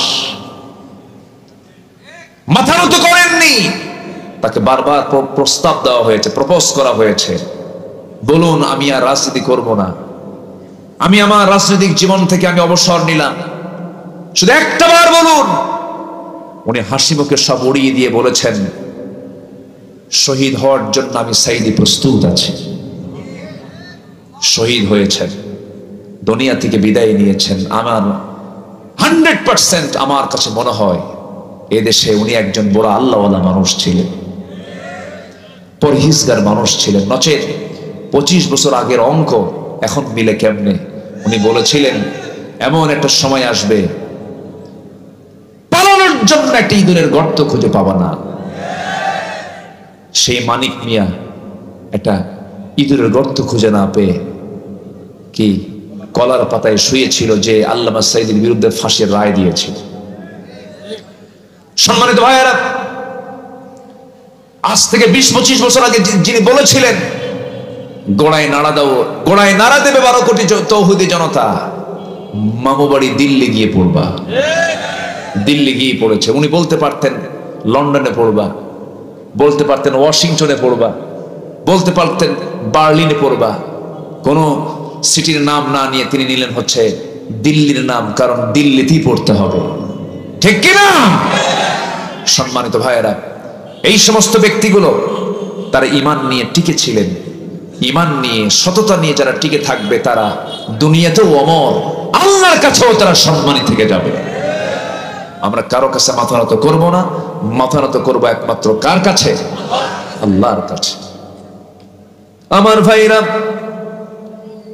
আমার নবীজি বললেন, সাহাবী চলে যাও, আমার আসহাবে সুফফার সদস্যগুলো, তাদের সাথে তুমি মিশে যাও। হাতে একটা কোরআন দিয়ে দিলেন। রাসূল বলছেন, সাহাবী তুমি কিছু বলতে চাও নাকি? এবার সেই সাহাবী বলছেন, হুজুর আপনি আমার জন্য দোয়া করুন, আপনি আমার জন্য প্রার্থনা করুন। আমার নবীজি হাত উঁচু করে দোয়া করে বলে দিচ্ছেন, আল্লাহ আমার এই আব্দুল্লাহর জান মালকে কাফের বেঈমানদের জন্য তুমি আল্লাহ হারাম করে দাও। এই কথা শোনার সঙ্গে সঙ্গে আব্দুল্লাহর মনটা খারাপ হয়ে গেল। রাসূল বলছেন, সাহাবীরা মনটা খারাপ হলো কেন? হুজুর দোয়াটা যেন মনে হলো উল্টা হয়ে গেছে। কাফের মুশরিকদের জন্য আমার জানমাল হারাম করে দাও, মানে তারা আমাকে কেউ আঘাত করবে না, আমি শহীদের দরজা পাবো না। রাসূল বলছেন, আব্দুল্লাহ রে, দিন গ্রহণ করতে নিয়ে তোর চরম বেগ পেতে হয়েছে, দুনিয়া বিক্রি করে ঈমানটা রাখতে হয়েছে। আমি তোর ব্যাপারে যে দোয়াটা করেছি এর মানে তুই শহীদ হবি না তা নয়। ওয়া ইম্মা তাআলা ফিরাশিহি, যদি কারো ভিতরে যদি শাহাদাতের তামান্না লালন হয়ে থাকে, তার মরণ যদি বিছানায় হয়, আল্লাহ রাব্বুল আলামিন তাকে শহীদের দরজা তারে দিয়ে দেন। জোরে বল সুবহানাল্লাহ। আমার বন্ধুগণ, এই কথা বলে তাকে বিদায় জানালেন। জোরে জোরে তিনি কোরআন তেলাওয়াত করেন। সাহাবীদের কষ্ট হয়, নবীর কাছে এসে পরামর্শ চাইলেন, হুজুর নতুন একজন সাহাবী আব্দুল্লাহ, তার নাম জোরে জোরে কোরআন চিৎকার করে করে পড়ে, আমাদের ডিস্টার্ব হয়। রাসূল বলছেন, ও আমার সাহাবীরা, আমার আব্দুল্লাহর তেলাওয়াতের ব্যাপারে তোমরা কেউ বাধা দিও না, কারণ আব্দুল্লাহর দিন গ্রহণ করতে নিয়ে দুনিয়াকে বিক্রি করে এরপরে দিনকে গ্রহণ করতে হয়েছে। জোরে বল সুবহানাল্লাহ। বহুদিন পর যুদ্ধের ডাক চলে এলো। সেই যুদ্ধে এই সাহাবী অংশগ্রহণ করলেন। যুদ্ধ শেষ হয়ে গেল। অভিযান থেকে ফেরত আসবেন, ফেরত আসতেছেন, হঠাৎ করে রাস্তার মধ্যে খবর চলে এলো, হুজুর আপনার সেই প্রিয় সাহাবী আব্দুল্লাহ মারাত্মক আহত হয়েছে, মারাত্মক অসুস্থ হয়ে পড়েছে। আমার রাসূল বলেন ভালো করে সেবা করো, ভালো করে চিকিৎসা দিয়ে দাও। কিন্তু কয়েকটা দিন পর আমার নবীর কাছে সংবাদ চলে এলো, হুজুর হাজারবার চেষ্টা করেছি, বহু যত্ন নিয়েছি, বাঁচানো গেল না, আপনার প্রিয় সাহাবী আব্দুল্লাহ আর দুনিয়াতে নাই, দুনিয়া থেকে বিদায় নিয়েছে, মৃত্যুবরণ করেছে। রাসূল বলছেন সাহাবীরা রে, আমার আব্দুল্লাহর দুনিয়া থেকে তারা বিদায় হয়ে গেল, তার জানাজার নামাজ পড়ানোর দায়িত্ব আমি কারো কাঁধে দেব না, আমি রাসূল নিজে তার জানাজার দায়িত্ব গ্রহণ করে নিলাম। কি বড় সৌভাগ্য দেখেন, কি বড় ভাগ্যবান। আমার নবীজি তার জানাজার দায়িত্ব গ্রহণ করলেন। জানাজা শুরু হয়ে গেছে, আমার রাসূল জানাজা পড়ায়া দিলেন। জানাজা সম্পূর্ণ যখন হয়ে গেল, আমার নবীজি সাহাবে কেরামকে ডাক দিয়ে বলছেন, সাহাবীরা আমার আব্দুল্লাহর লাশটা কোথায় রাখবে, কবরটা কোথায় খনন করেছে হুজুর? ওই দুই পাহাড়ের পাদদেশে আমরা মাঝখানে আমরা তার কবরটা খনন করেছি। আমার রাসূল বলছেন, সাহাবীরা তোমরা কেউ আমার আব্দুল্লাহর লাশ কবরে রাখতে পারবে না, আমাকে কবরের সামনে নিয়ে যাও। কবরের সামনে নিয়ে যাওয়া হলো। আমার নবীজি কবরের দিকে তাকালেন, আমার নবীজির চোখে পানি চলে এলো। আমার নবীজি নিজে নামলেন, বিশ্বনবী নিজে নেমে বলছেন, আবু বকর আমার ডানে নামো, ওমর আমার বামে নামো। আমার নবীজি নামলেন, রাসূল নিজে আবেগ আপ্লুত হয়ে পড়লেন। আমার নবীজির চোখে লাল হয়ে গেল, চোখের কোনা বেয়ে টপ টপ করে পানি পড়ছে। হাতটা গায়ে দিয়ে বলছেন, সাহাবীরা রে, আমার প্রিয় আব্দুল্লাহর লাশটা তোমরা আমার হাতের উপরে তুলে দাও। হাতে নিলেন। এবার বলছেন, আবু বকর মাথাটা ধরো, ওমর পাটা ধরো। তিনজন মিলে কবরে শোয়া দিলেন। বুকের উপরে আমার রাসূল হাতটা রাখলেন। আমার নবীজি কাঁদা কাঁদা কণ্ঠে বলছেন, আরশের মালিক আল্লাহ, এই আব্দুল্লাহ আজ পর্যন্ত আমি তার প্রতি রাজি আছি, সন্তুষ্ট আছি, আল্লাহ তুমি তাকে মাফ করে দাও, তুমিও সন্তুষ্ট হয়ে যাও। এই দোয়া শেষ না হতেই একজন সাহাবীর সামনে দাঁড়িয়ে থাকে এক সাহাবী, সাদ বিন আবি ওয়াক্কাস নামে একজন সাহাবী চিৎকার মেরে বলছেন, আহারে এত বড় পোড়া কপাল, জীবিত সাদ না হয়ে যদি আজকে মৃত সাদ হয়ে যদি এই কবরের বাসিন্দা হতে পারতাম, জীবনটা ধন্য হয়ে যেত। জোরে বলে সুবহানাল্লাহ, আরো জোরে বলে সুবহানাল্লাহ। আমার বন্ধুগণ, আমার নবী যে কবরে নেমেছেন, ওই কবরে আবু বকরও নেমেছেন, ওমরও নেমেছেন, বিশ্বের সেরা সেরা তিনজন মানুষ। ওই সাহাবী কত বড় ভাগ্যবান ভাইরে। আমার বন্ধুগণ, যারা সততা নিয়ে ঈমান নিয়ে যারা টিকে থাকবে, দুনিয়াতে তো সম্মান দিবেন, আখিরাতেও নাজাত দিবেন, মুক্তি দিবেন, তিনি আমার কে? আল্লাহ। চারিত্রিক গুণাবলী মোট কয়টা বলতে চেয়েছি বলুন? 15টা চলছে। কয় নাম্বার বলেন? বলেন কয় নাম্বার চলতেছে? 1 নাম্বারে চলছে, আরো আছে কয়টা বলেন? 14টা। বলেন তো, একটু সময় লাগবে না ভাই? একটু লাগুক সময়, একটু লাগুক, আর কিছু সময়। নাম্বার 2 হলো চরিত্রকে সুন্দর করার জন্য, নাম্বার 2 হলো আমানতদারিতা টিকে রাখতে হবে। আমানতদারিতা কখনো নষ্ট করা যাবে না। ইন্নাল্লাহা ইয়া'মুরুকুম আন তু'আদ্দুল আমানাতি ইলা আহলিহা ওয়া ইযা হাকামতুম বাইনান নাসি আন তাহকুমু বিল আদল ইন্নাল্লাহা নি'মা ইয়া'ইযুকুম বিহি। জোরে বলুন আল্লাহু আকবার। তোমরা আমানতকে পরিপূর্ণ করো, আমানত নষ্ট করো না, আমানতের তোমরা কোনো খেয়ানত করো না। মুমিনের যতগুলো গুণ থাকবে, এর মধ্যে শ্রেষ্ঠ একটা গুণ হলো আমানত রক্ষা করা। মোটামুটি আল্লাহ পাক একটা সূরার শুরুতে মুমিনের 7টা গুণের কথা বলেছেন, এবং আল্লাহ নিজে ওয়াদা করছেন এই 7টা গুণ থাকবে যার, আমি আল্লাহ তাকে জান্নাতুল ফিরদাউসের মালিক বানায়া দেব। সবাই মনোযোগ দিয়ে কথাগুলো শুনুন, কান লাগান, বোঝার চেষ্টা করুন।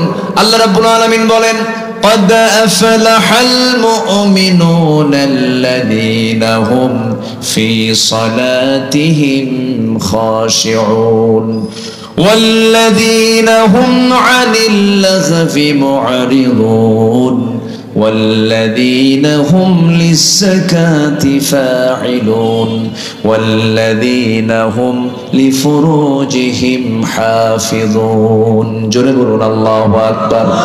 7টা গুণ আছে যার, জান্নাতুল ফিরদাউস আছে তার।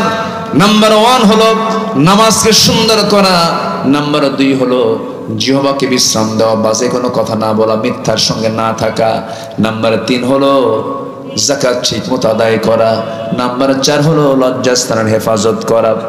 আমার বন্ধুগণ, এরপরে নাম্বার 5 হলো ওয়াদা ঠিক রাখা, নাম্বার 5 হলো, নাম্বার 6 হলো আমানতদারিতা ঠিক রাখা। আমার বন্ধুগণ, আমানতদারিতা কি?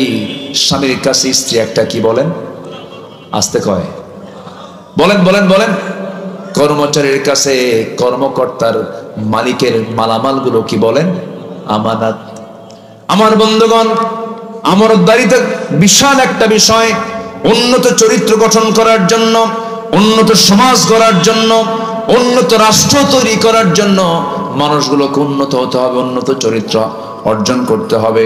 1 নাম্বার সত্যবাদিতা, নাম্বার 2 হলো আমানতদারিতা। রাষ্ট্রের দায়িত্ব পালন করে, এটা একটা কি বলেন, বলেন বলেন বলেন বলেন। রাষ্ট্রের কথা আসলে একজন সাহাবীর কথা বারবার মনে পড়ে যায়, তার নাম হলো ওমর। আল্লাহু আকবার বলে। এক ফকির আসছে তার কাছে ভিক্ষা চাইতে, কি চাইতে বলে, ভিক্ষা চাইতে আসছে। দরজায় এসে ডাকছে, দরজা খুলে না। কিছুক্ষণ দেখলেন, দেখার পরে ওই ফকিরটা ডাক দিয়ে আবার চলে যাচ্ছেন। ওমরে ফারুক এসে পিছন থেকে ডাক দিয়ে বলে, মহিলা দরজায় ডাকলা, সময় আসার আগে তুমি চলে গেলে, এর কারণটা কি? ফকিরটা বলতেছে, আমিরুল মুমিনিন, সাহায্যের জন্য আপনার বাড়িতে এসে দেখি আমি যত ফকির তার চাইতে বেশি ফকির আপনি। আমার ভাইয়েরা, একই কাপড় তিনি বারবার পরতেন, একই কাপড় তিনি ঘোরাফেরা পরতেন, এক একজন এক এক রকমের ছিলেন। আবার ইমামে আজম আবু হানিফার কথা মনে হলো আমার এই মুহূর্তে। কাপড়ের দোকানদার ছিলেন, প্রত্যেকটা ওয়াক্তে সুন্দর সুন্দর কাপড় পরতেন, নতুন নতুন কাপড় পরতেন। প্রশ্ন করে হলো, আবু হানিফা, এমন বিলাসী জীবন অর্জন করার কি দরকার বলো? আবু হানিফা বলতেন, কাপড়ের মালিক আল্লাহ বানাইছে, প্রত্যেকটা ওয়াক্তে আমি যখন নামাজে দাঁড়াই আমার কাছে মনে হয় আমার আল্লাহ আমার সামনে কথা দাঁড়ায়া দাঁড়ায়া কথা বলতেছেন। জোরে কোন সুবহানাল্লাহ। সাইয়েদনা ওমর ফারুক রাদিয়াল্লাহু তাআলা খুব সিম্পল লাইফ জীবন যাপন করেছেন, সীমিত খাবার খেয়েছেন। যদি কেউ দামি খাবার নিয়ে আসছে বলতেন, আমাকে যে দামি খাবার খাওয়াচ্ছ, তোমরা যে আমার জন্য খাবারগুলো বানায় নিয়ে আসছো, আমার জনগণ কি এগুলো খায় নাকি? না, যে খাবার আমার জনগণ পায় না ওমর, সেই খাবার কখনো জিহ্বায় মুখে নেবে না। একটু একটু বসে, আমি কি শেষ করে দেব? না না না, আপনি আলোচনা চালাবো। ভাইজান কি একটু কষ্ট দিচ্ছে, উনি আমাকে বলেছেন আমিও যাব। এই তো 10-15 মিনিট আমরা থেকে দোয়াটা করে যাই। কেমন কেমন বলেন, কেমন বলেন, বলেন ঠিক আছে না ইনশাআল্লাহ? আমার বন্ধুগণ, ওমর ফারুক রাদিয়াল্লাহু তাআলা আনহু কি মানুষ ছিলেন! আল্লাহু আকবার বলি, আল্লাহু আকবার। কি মানুষ ছিলেন! আমানতদারিতার মূর্ত প্রতীক ছিলেন তিনি। আমার বন্ধুগণ, সাইয়েদনা ওমর ফারুক রাদিয়াল্লাহু তাআলা আনহু রাষ্ট্রের দায়িত্ব পালন করছেন। খাদ্যের একটা কার্টুনের মধ্যে বেশ কিছু খেজুর ছিল, রাষ্ট্রের খেজুর। সেই খেজুরের কার্টুন থেকে তার ছোট্ট ছেলে একটা খেজুর তুলে নিয়ে মুখে বাচ্চাটা তুলে নিয়েছে। ওমর ফারুক রাদিয়াল্লাহু এই দৃশ্য দেখে চট করে দৌড় মেরে গিয়া ওই ছোট্ট বাচ্চার মুখ থেকে ওই খেজুরটা বের করে সেই কার্টুনের মধ্যে রেখে দিয়ে বলছে, মায়ের সন্তান মায়ের কোলে যাও, এমন ভাবে রাষ্ট্রের খাবার তুমি মুখে নিতে পারবা না। মার কাছে গিয়া চিৎকার করে কান্না করে করে বাবার বিরুদ্ধে কথা বলতেছে ছোট্ট বাচ্চা। মার মনটা খারাপ। সাইয়েদনা ওমর ফারুক চলে আসলেন। স্ত্রী বলছেন, আমিরুল মুমিনিন, ছোট্ট বাচ্চা তো, আমরা না একটা খেজুর কমে নিতাম, মুখের মধ্যে নখ ঢুকায় কোনোদিন শক্ত করে বের করে দেয় নাকি? আপনি কেমন পাষাণ আচরণ করেছেন। ওমর ফারুক বলছেন, কলিজার টুকরা আমার প্রাণপ্রিয়া স্ত্রী রে, আল্লাহর কসম করে বলি সন্তানগুলোকে ভালোবাসি, মহব্বত করি আমি, কোনো সন্দেহ নাই। কিন্তু ও যে খেজুরটা মুখে নিয়েছে, ওই খেজুরটা আমি আমার অংশে যে খেজুরগুলো পাবো সে অংশের মধ্যে যে ওই খেজুরটা আমি পাবো তার গ্যারান্টি কি? এই গ্যারান্টি নাই মনে করেই আমি বন্টনের আগে আমি একটা খেজুর আমার সন্তানের মুখে দিতে রাজি নই। এটার নাম কি বলেন? আমানত। এটার নাম হলো আমানত। সঠিক বিচার করা কি? বলেন বলেন বলেন বলেন বলেন। আমানত। একজন খলিফা ছিলেন, একজন বিচারপতি ছিলেন, যিনি দুইজন খলিফার বিরুদ্ধে পর্যন্ত রায় দিতেও ভয় পান নাই। তিনি হচ্ছেন কাজী শুরাইহ ইবনুল হারিস আল কিন্দি রাহমাতুল্লাহ আলাইহি। সাইয়েদনা আলী তার নিজস্ব চিহ্নিত একটা লৌহ বর্ম ছিল, সেই লৌহ বর্মটা হেরে যায়, এক ইহুদি পেয়ে যায়। ইহুদির হাতে দেখলেন কিন্তু চিহ্নটা আছে। সাইয়েদনা আলী বলছেন, ইহুদি এই লৌহ বর্মটা আমার তোমার হাতে কেন? ইহুদি বলছে, এটা আমার লৌহ বর্ম। আপনারা একটা কথা বিশ্বাস রাখবেন, এই পৃথিবীতে সবচেয়ে বড় মিথ্যুক আর ধোঁকাবাজ জাতির নাম হলো ইহুদি। আস্তে কোন কেন?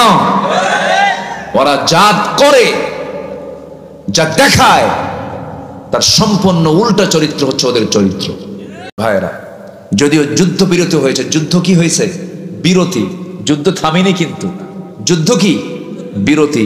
ওয়ার্ল্ড মানে বিশ্ব রাজনীতির কিছু ভাষা আছে, এর মধ্যে একটা ভাষা হলো যুদ্ধ থামেনি কিন্তু যুদ্ধ কি হয়েছে?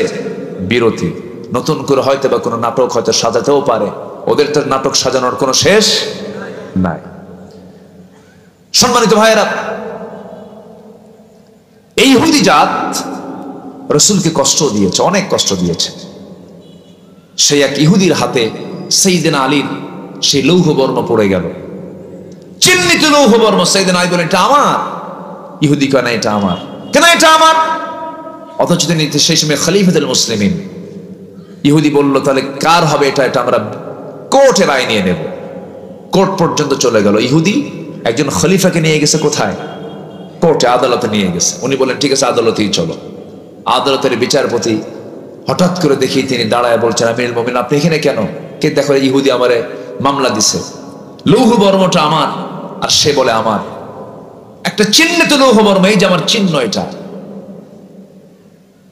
বিচারপতি বলছেন, আমিরুল মুমিনিন শুধু আপনার কথা শুনলে হবে না, আমি ইহুদির কথাও শুনবো। শুনলেন দুজনের পক্ষের কথা শোনার পরে এবার বলছেন, আমিরুল মুমিনিন একটা প্রশ্ন করি কি, আপনার যেই লৌহ বর্ম তার প্রমাণ স্বরূপ একটা সাক্ষী, দুজন সাক্ষী আপনি জড়ো করুন। উনি বলেন, এটা যে আমার, এটার জন্য সবচেয়ে বড় সাক্ষী হচ্ছে আমার দুইটা কলিজার টুকরা সন্তান হাসান হুসাইন।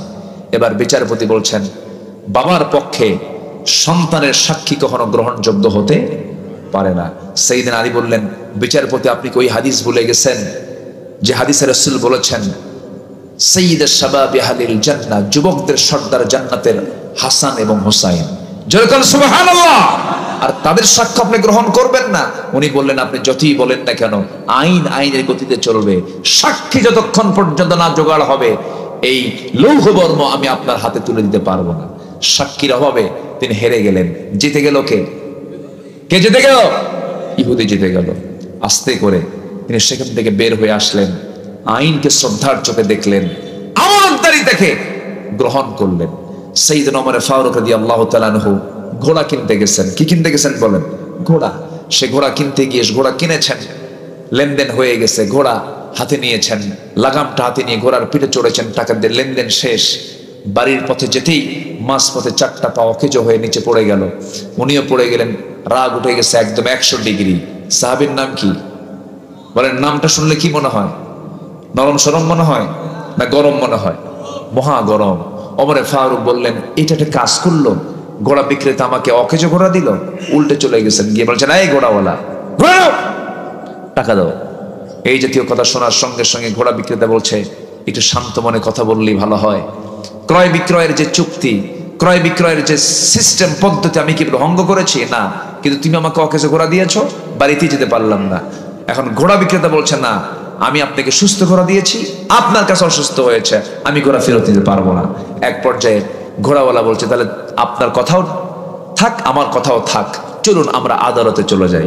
একটা সামান্য ঘোড়া বিক্রেতার মামলায় অর্ধ পৃথিবীর শাসক ওমর ফারুক চলে গেছেন আদালতে।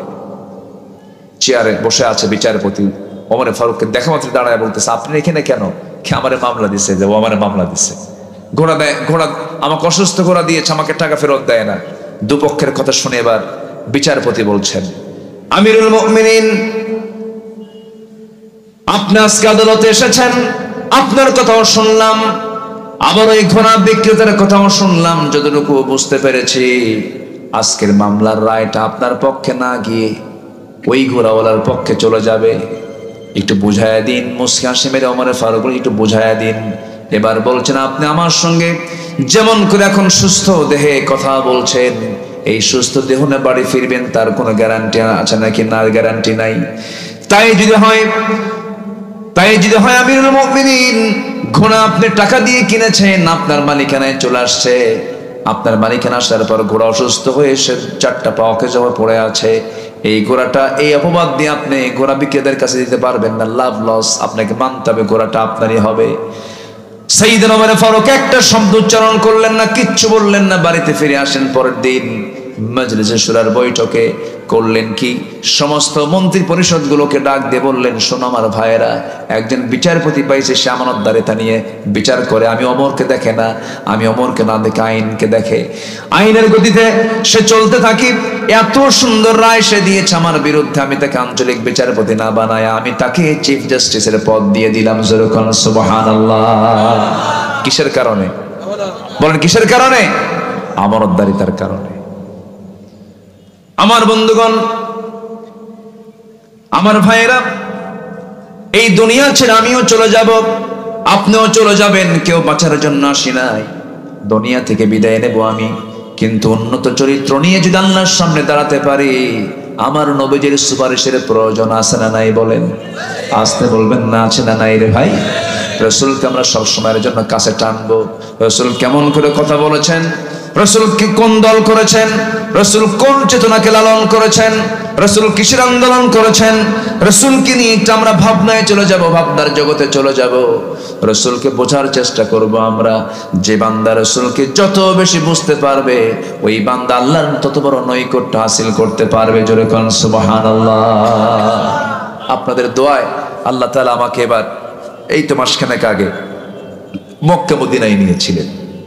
গিয়েছিলাম, খুব তৃপ্তিমতো একটা জায়গা উপভোগ করেছি, খুব ফিল করেছি। সেটা হলো যে জায়গার ব্যাপারে আমার রাসূল বলেছেন, মা বাইনা বাইতি ওয়া মিম্বারি রাউদাতুম মিন রিয়াদিল জান্নাহ। আমার ঘর এবং ওই মেম্বার এর মাঝের যে জায়গা, এই জায়গাটা হলো দুনিয়ায় জান্নাতের টুকরা। জোরে বলেন সুবহানাল্লাহ। আমার খুব লোভনীয় মনে হলো আমার কাছে। এর আগেও গিয়েছি আমি, তো অনলাইন সিস্টেমে কাটতে হয়, তো অনলাইন সিস্টেমে কেটে আমি সেই রাউদাতুম মিন রিয়াদিল জান্নাহর মধ্যে ঢুকলাম। ঢুকে পিছনের দিকে বসে আছি, মূল জায়গা এখনো যেতেই পারিনি, ফজরের একটু আগ দিয়ে। তা আমার দেশের কিছু প্রবাসী ভাই আমাকে দেখেই চমকে উঠলেন, সালাম দিয়ে বলছেন, হুজুর আপনি আসছেন, দেখি তো আপনার জন্য কি করা যায়। সেখানকার যে প্রশাসনিক একজন কর্মকর্তা, তাকে সালাম দিয়ে আমার ব্যাপারে এত বলা বলছে, এই জাতি কি মারতে পারে বলেন তো? বলেন তো পাম দিতে পারে। মানে আমার ব্যাপারে বলতে বলতে এমন বলা বলছে, আমি এদেশের সর্বসেরা মানুষ, কিন্তু আমি তো জানি আমি কোন নগণ্য বান্দা, কিচ্ছু না। এমন বলা বলছে, অফিসার নিজে এসেই সালাম কালাম দিয়ে বলে, শেখ চলুন। একদম প্রথম কাতারে ইমাম সাহেবের পেছনে আমার নবীর যে ঘর, অর্থাৎ যেটা কবর ঘর, সেটা কি কবর, যে সবুজ গম্বুজটা দেখা যায়, তার নিচেই তিনি শুয়ে আছেন। জাস্ট ওই দেওয়ালের পাশ ঘেঁষে প্রথম যে ব্যক্তিটা বসে থাকার সুযোগ পেয়েছে, ওনারা আমাকে প্রথম ওই জায়গাতে বসায় দিলেন। আমি শুধু একবার আমার নবীর কবর দেখি আর ওই দিকের মিম্বারটা দেখি, ঠিক মাঝখান বরাবর এক সাইডে আল্লাহ পাক আমাকে বসায় রেখেছিলেন। আমি সেই দিন প্রায় 1 ঘন্টার মতো সে জায়গায় বসে আমি আমার জন্য তেমন কিছু চাইনি, বলিনি। আমি 1 নম্বর চাওয়া চেয়েছি, আল্লাহ ওই যে ছোট্ট ছোট্ট বাচ্চাগুলো, এই তো আরব থেকে মাঝখানে কিছু দূরে বাইতুল আকসার দেশের কিছু মুসলমান না খেয়ে আছে, দিনাতিবাদ করছে, যুদ্ধ বিধ্বস্ত জনপদ। আল্লাহ, তারা মামলা দিলে আমরা রেহাই পাবো না, মেহেরবানি করে তাদের প্রতি তোমার শান্তি রহমত নাজিল করো। আল্লাহর মেহেরবানি, যুদ্ধ থামার কথা না বললেও যুদ্ধ কিছু বিরতির একটা ইঙ্গিত এসেছে। বলি আলহামদুলিল্লাহ, জোরে বলি আলহামদুলিল্লাহ। সম্মানিত ভাইয়েরা, শুধু এতটুকু বলতে চাই, যদি আজ মুসলমান যদি এই উন্নত চরিত্র নিয়ে রাসূলকে যদি আদর্শ লালন করে দিনকে মেনে সততার সঙ্গে যদি সামনের মঞ্জিলে পৌঁছার যদি চিন্তা করত, বিজয় গোটা পৃথিবীতে মুসলমানদেরই হতো, ঠিক কিনা? কিন্তু মুসলমান সেই সততা আমানতদারিতা থেকে শুধু দূরে নয়, অনেক দূরে চলে গেছে, যেটা জীবজন্তুর মধ্যেও পাওয়া যায় না। জীবজন্তুর তারাও আমানত কিছু বোঝে, তারাও ঠকবাজি করে না। কিন্তু আজকে মানুষের মধ্যে আমানতদারিতে বেশি না ঠকবাজি বেশি? বলুন তো, যে লোকটা টাকা খরচ দেয় সে বিপদে থাকে না যে টাকা নেয় খরচ সে বিপদে থাকে? বলেন কে বিপদে থাকে বলেন তো? যে দেয়। অথচ বিপদ মুক্ত থাকার কথা ছিল যে খরচ দেয়, সে টেনশন মুক্ত থাকার কথা ছিল, টেনশন শেষ হওয়ার কথা ছিল হলো যে ঋণগ্রস্ত।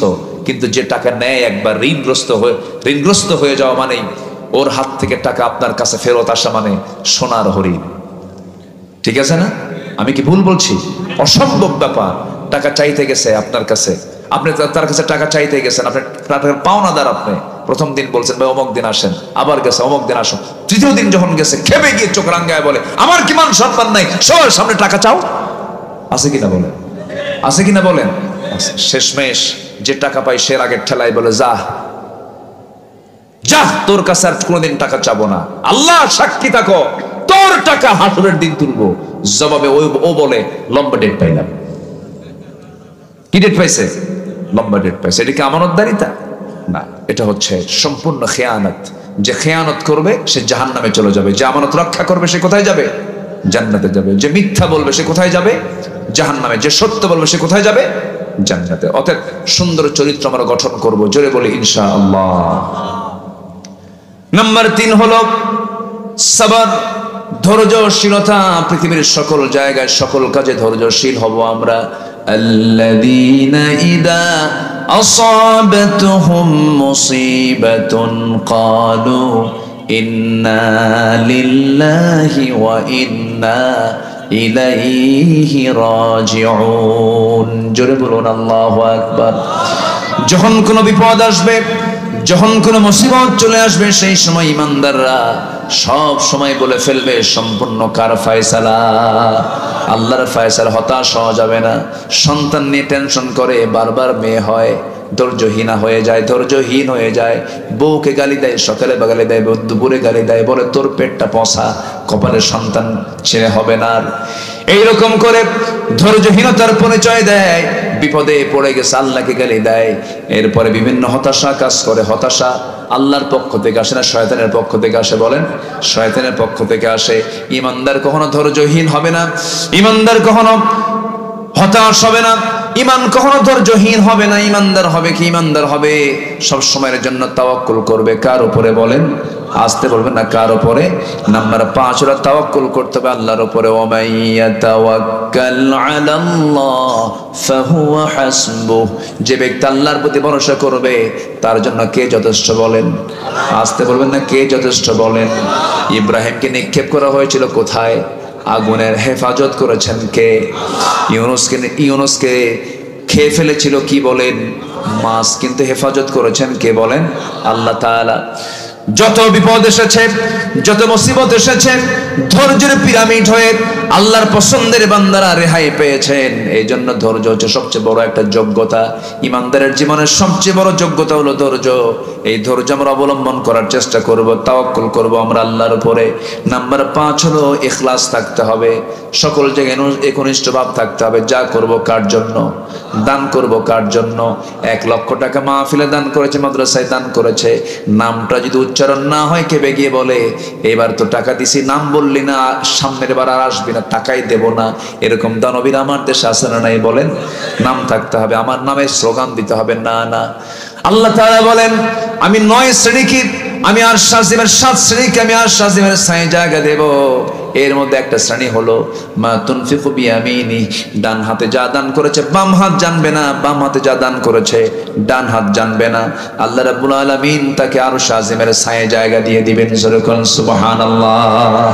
এই জন্য ইখলাস থাকতে হবে, একনিষ্ঠতা থাকতে হবে। যা করব আমরা কার খুশির জন্য বলেন?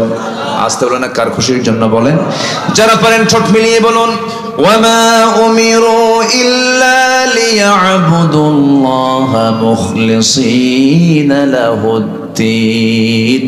নাম্বার 6 হলো আদালত এবং ন্যায় বিচার। আদালতটা ঠিক রাখতে হবে, বিচারটা ঠিক রাখতে হবে। কুনু কাওয়ামিনা লিল্লাহি শুহাদা বিল কিসত। জোরে বলুন আল্লাহু আকবার। নাম্বার 7 হলো তওবা করা, ক্ষমা করা। আমার বন্ধুগণ, এখানে যারা বসে আছেন মনে হয় জীবনে কারো একটা গুনাহ নাই। আসতে বলবেন না, আছে না নাই? কার জীবনে কত গুনাহ কেউ কি গুনতে পারবো নাকি? অগণন গুনাহ হয়ে গেছে আমাদের জীবনে। কত গুনাহ করছে আমরা নিজেরাও জানি না। তবে এই গুনাহগুলোকে আল্লাহ রাব্বুল আলামিন মাফ করার জন্য একটা পন্থা, একটা ফরম্যাট রেখে দিয়েছেন। তার নাম হলো তওবা, তার নাম হলো ক্ষমা, ইস্তেগফার করা। তওবা ক্ষমা যদি কোনো বান্দা করে, আল্লাহ রাব্বুল আলামিন তার আগের সমস্ত গুনাহগুলো মাফ করে দেন। জোরে বলুন সুবহানাল্লাহ। জীবনটা উন্নত হয়ে যাবে, চরিত্র উন্নত হয়ে যাবে। পাপ করেছে এই পাপ আর জীবনে পাপ করব না, ভুল করেছে আর জীবনে ভুল করব না, চুরি করেছে আর জীবনে চুরি করব না, ডাকাতি করেছে আর জীবনে ডাকাতি করব না। তওবার মতো তওবা করে ফিরে আসবেন, আল্লাহর জান্নাত আপনাকে ডাকতেছে। জোরে বলে সুবহানাল্লাহ। আল্লাহ রাব্বুল আলামিন বলেন, والذين إذا فعلوا فاحشة أو ظلموا أنفسهم ذكروا الله فاستغفروا لذنوبهم। জোরে বলুন আল্লাহু আকবার।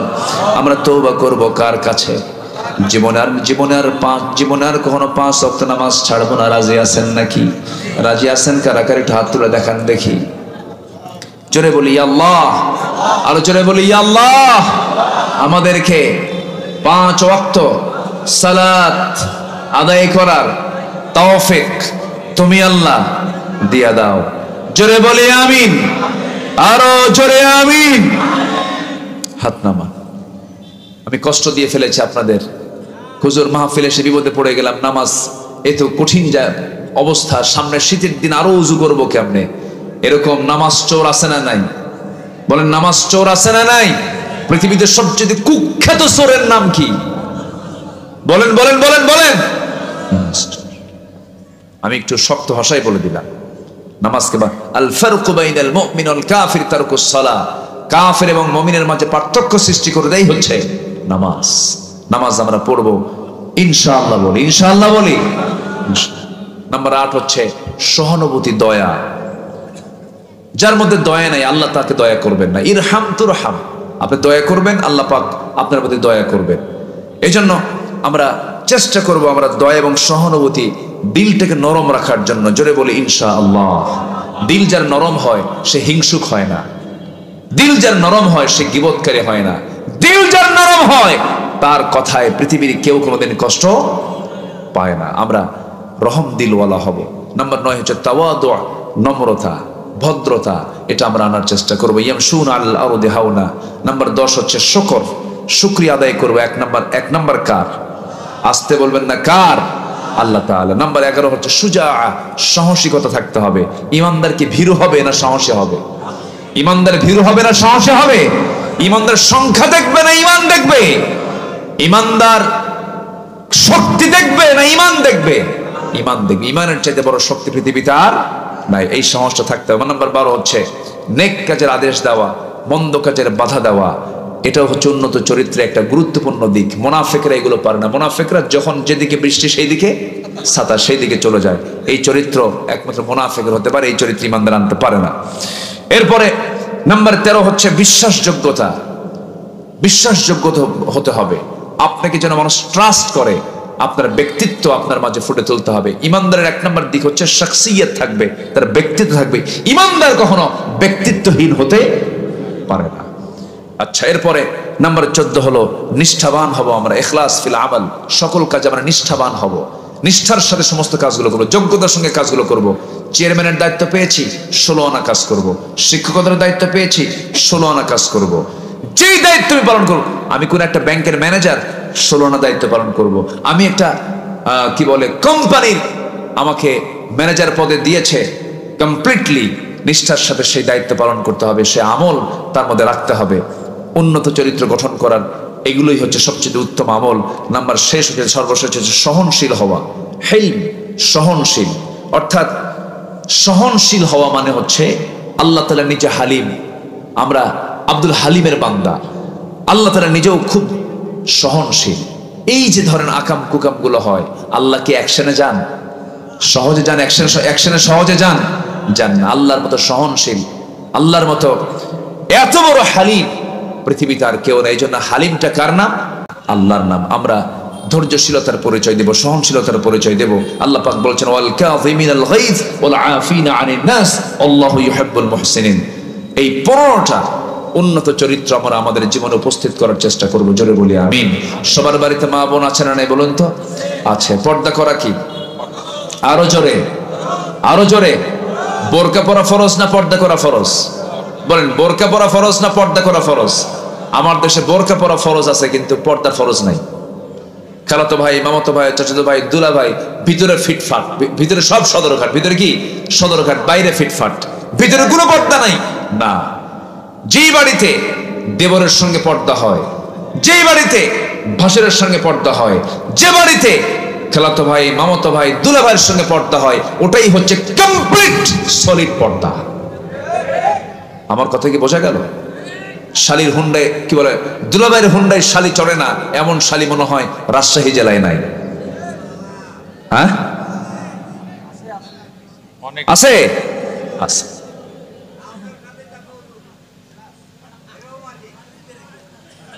এরকম তো হওয়া যাবে না।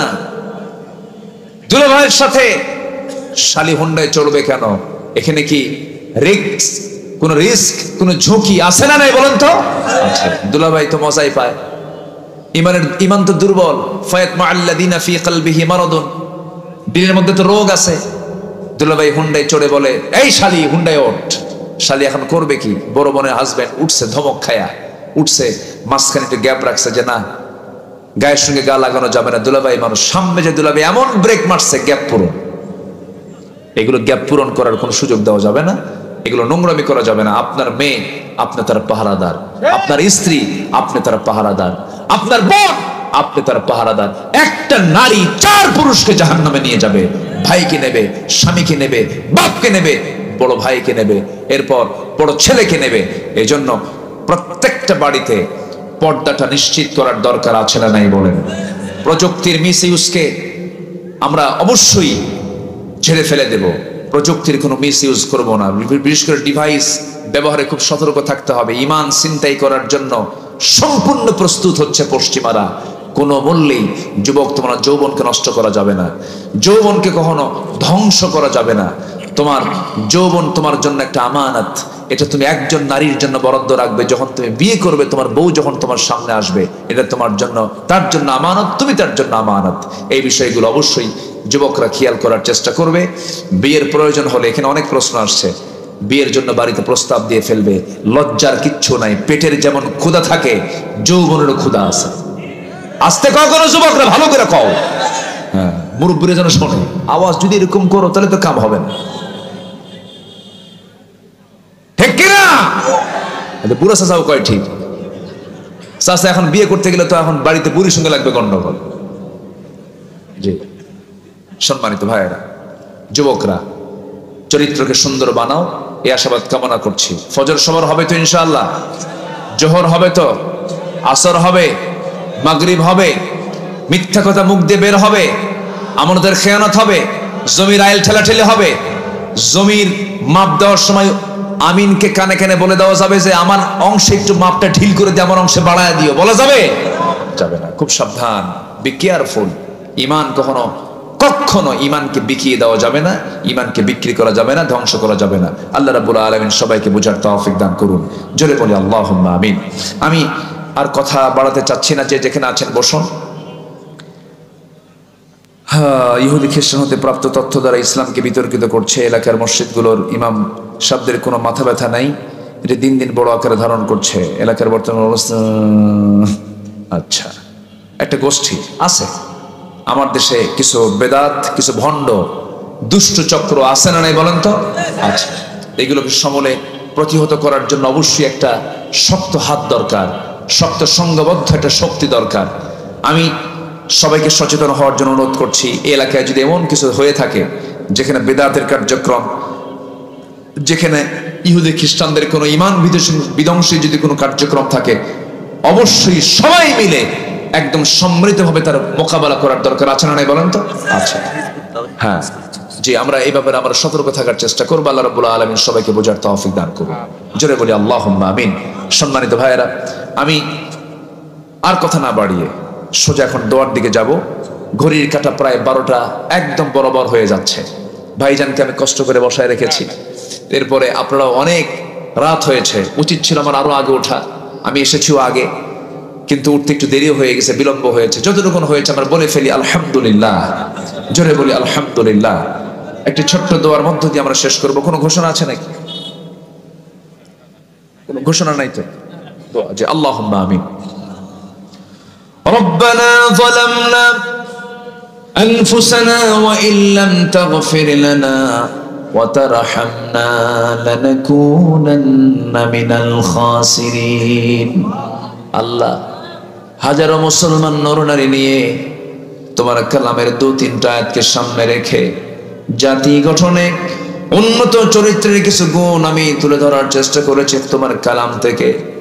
সর্বশেষ আলোচনা শেষান্তে 2টা হাত তোমার দরবারে পেতে আছি। আল্লাহ, গুনার দিকে নজর দিও না, বান্দা মনে করে তামাম জিন্দেগীর সমস্ত গুনাহগুলো তুমি আল্লাহ আমাদের মাফ করে দাও। জনম দুঃখিনী মা, জনম দুঃখী বাপজান যারা দুনিয়া থেকে বিদায় নিলেন, জিন্দেগীর গুনাহগুলো মাফ করে দাও। কবরগুলোকে জান্নাতের টুকরা বানায়া দাও। আব্বা আম্মার জন্য কি দোয়া তাও শিখিয়ে দিয়েছো। রব্বিরহামহুমা কামা রব্বায়ানি সগীরা। রব্বিরহামহুমা কামা রব্বায়ানি সগীরা। ও আল্লাহ, বিশেষ করে মাহফিলটার আয়োজন করলেন যারা, শোনার জন্য কষ্ট করে আসলেন যারা, বিনিময়ে কিয়ামতের কঠিন ময়দান যেদিন কেউ কাউকে চিনবে না, মা সন্তানকে পর্যন্ত স্বীকার করে বসবে, সেই কঠিন মুসিবতের দিন এই মাহফিল সবার জন্য নাজাতের মাধ্যম তুমি আল্লাহ বানাইয়া দিও। আমার ডানে বামে সামনে পেছনে যত ভাই হাত তুলেছেন, আড়ালে যত মা বোন হাত তুলেছেন, যার যা প্রার্থনা যার যা চাওয়া তুমি আল্লাহ পাওয়া করে দিও। আয় আল্লাহ তাআলা, তোমার বান্দাগুলো কিনে এমন সময় হাত তুলেছি মুসলমানদের পায়ের তলায় মাটি নাই। দয়া করে ফিলিস্তিনকে বাঁচাও, দয়া করে বাইতুল আকসাকে তুমি আল্লাহ মুসলমানদের হাতে তুলে দাও। 180 কোটি মুসলমানের জন্য আল্লাহ একটা অমর দুনিয়ায় তুমি আল্লাহ দয়া করে পাঠায়া দাও। বাংলার জমিনকে কোরআনের জন্য কবুল আর মঞ্জুর করে নাও। এই দুনিয়াতে আসছি আমরা, কোন দিন চলে যাব জানি না রে আল্লাহ, তবে যেদিন মরে যাব রে, আমাকে অনেক চেষ্টা করবে রক্ষা করার, কিন্তু পারবে না। অচিন পাখি খাঁচা থেকে বের হবে রে, কান্না রোল পড়ে যাবে আব্দুল্লাহ আমিন নাই, রোল পড়ে যাবে রুহুল আমিন নাই, আব্দুর রহমান নাই, কান্নার রোল পড়ে যাবে, আকাশ বাতাস ভারী হয়ে যাবে, জানাজা সম্পূর্ণ হয়ে যাবে রে, টেনে হেঁচড়ে কবরের দিকে নিয়ে চলে যাবে, কবরে শোয়া দেবে, বাঁশ চাপা দেবে, মাটি চাপা দেবে, ওই যে বিদায় দিয়ে দেবে রে, আর কোনোদিন কেউ খোঁজ নিতে যাবে না। তোমার দরবারে ফরিয়াদ করি আল্লাহ, তোমার পছন্দের বান্দা না হওয়া পর্যন্ত আমাদের কাউরে মরণ দিও না। সেই অন্তিম সময়ে যখন চলে আসবে, সবার জবান খুলে তুমি আল্লাহ বের করে দিবা, সেই সময় কালজয়ী কালেমা তাইয়্যিবা লা ইলাহা ইল্লাল্লাহু মুহাম্মাদুর রাসূলুল্লাহ।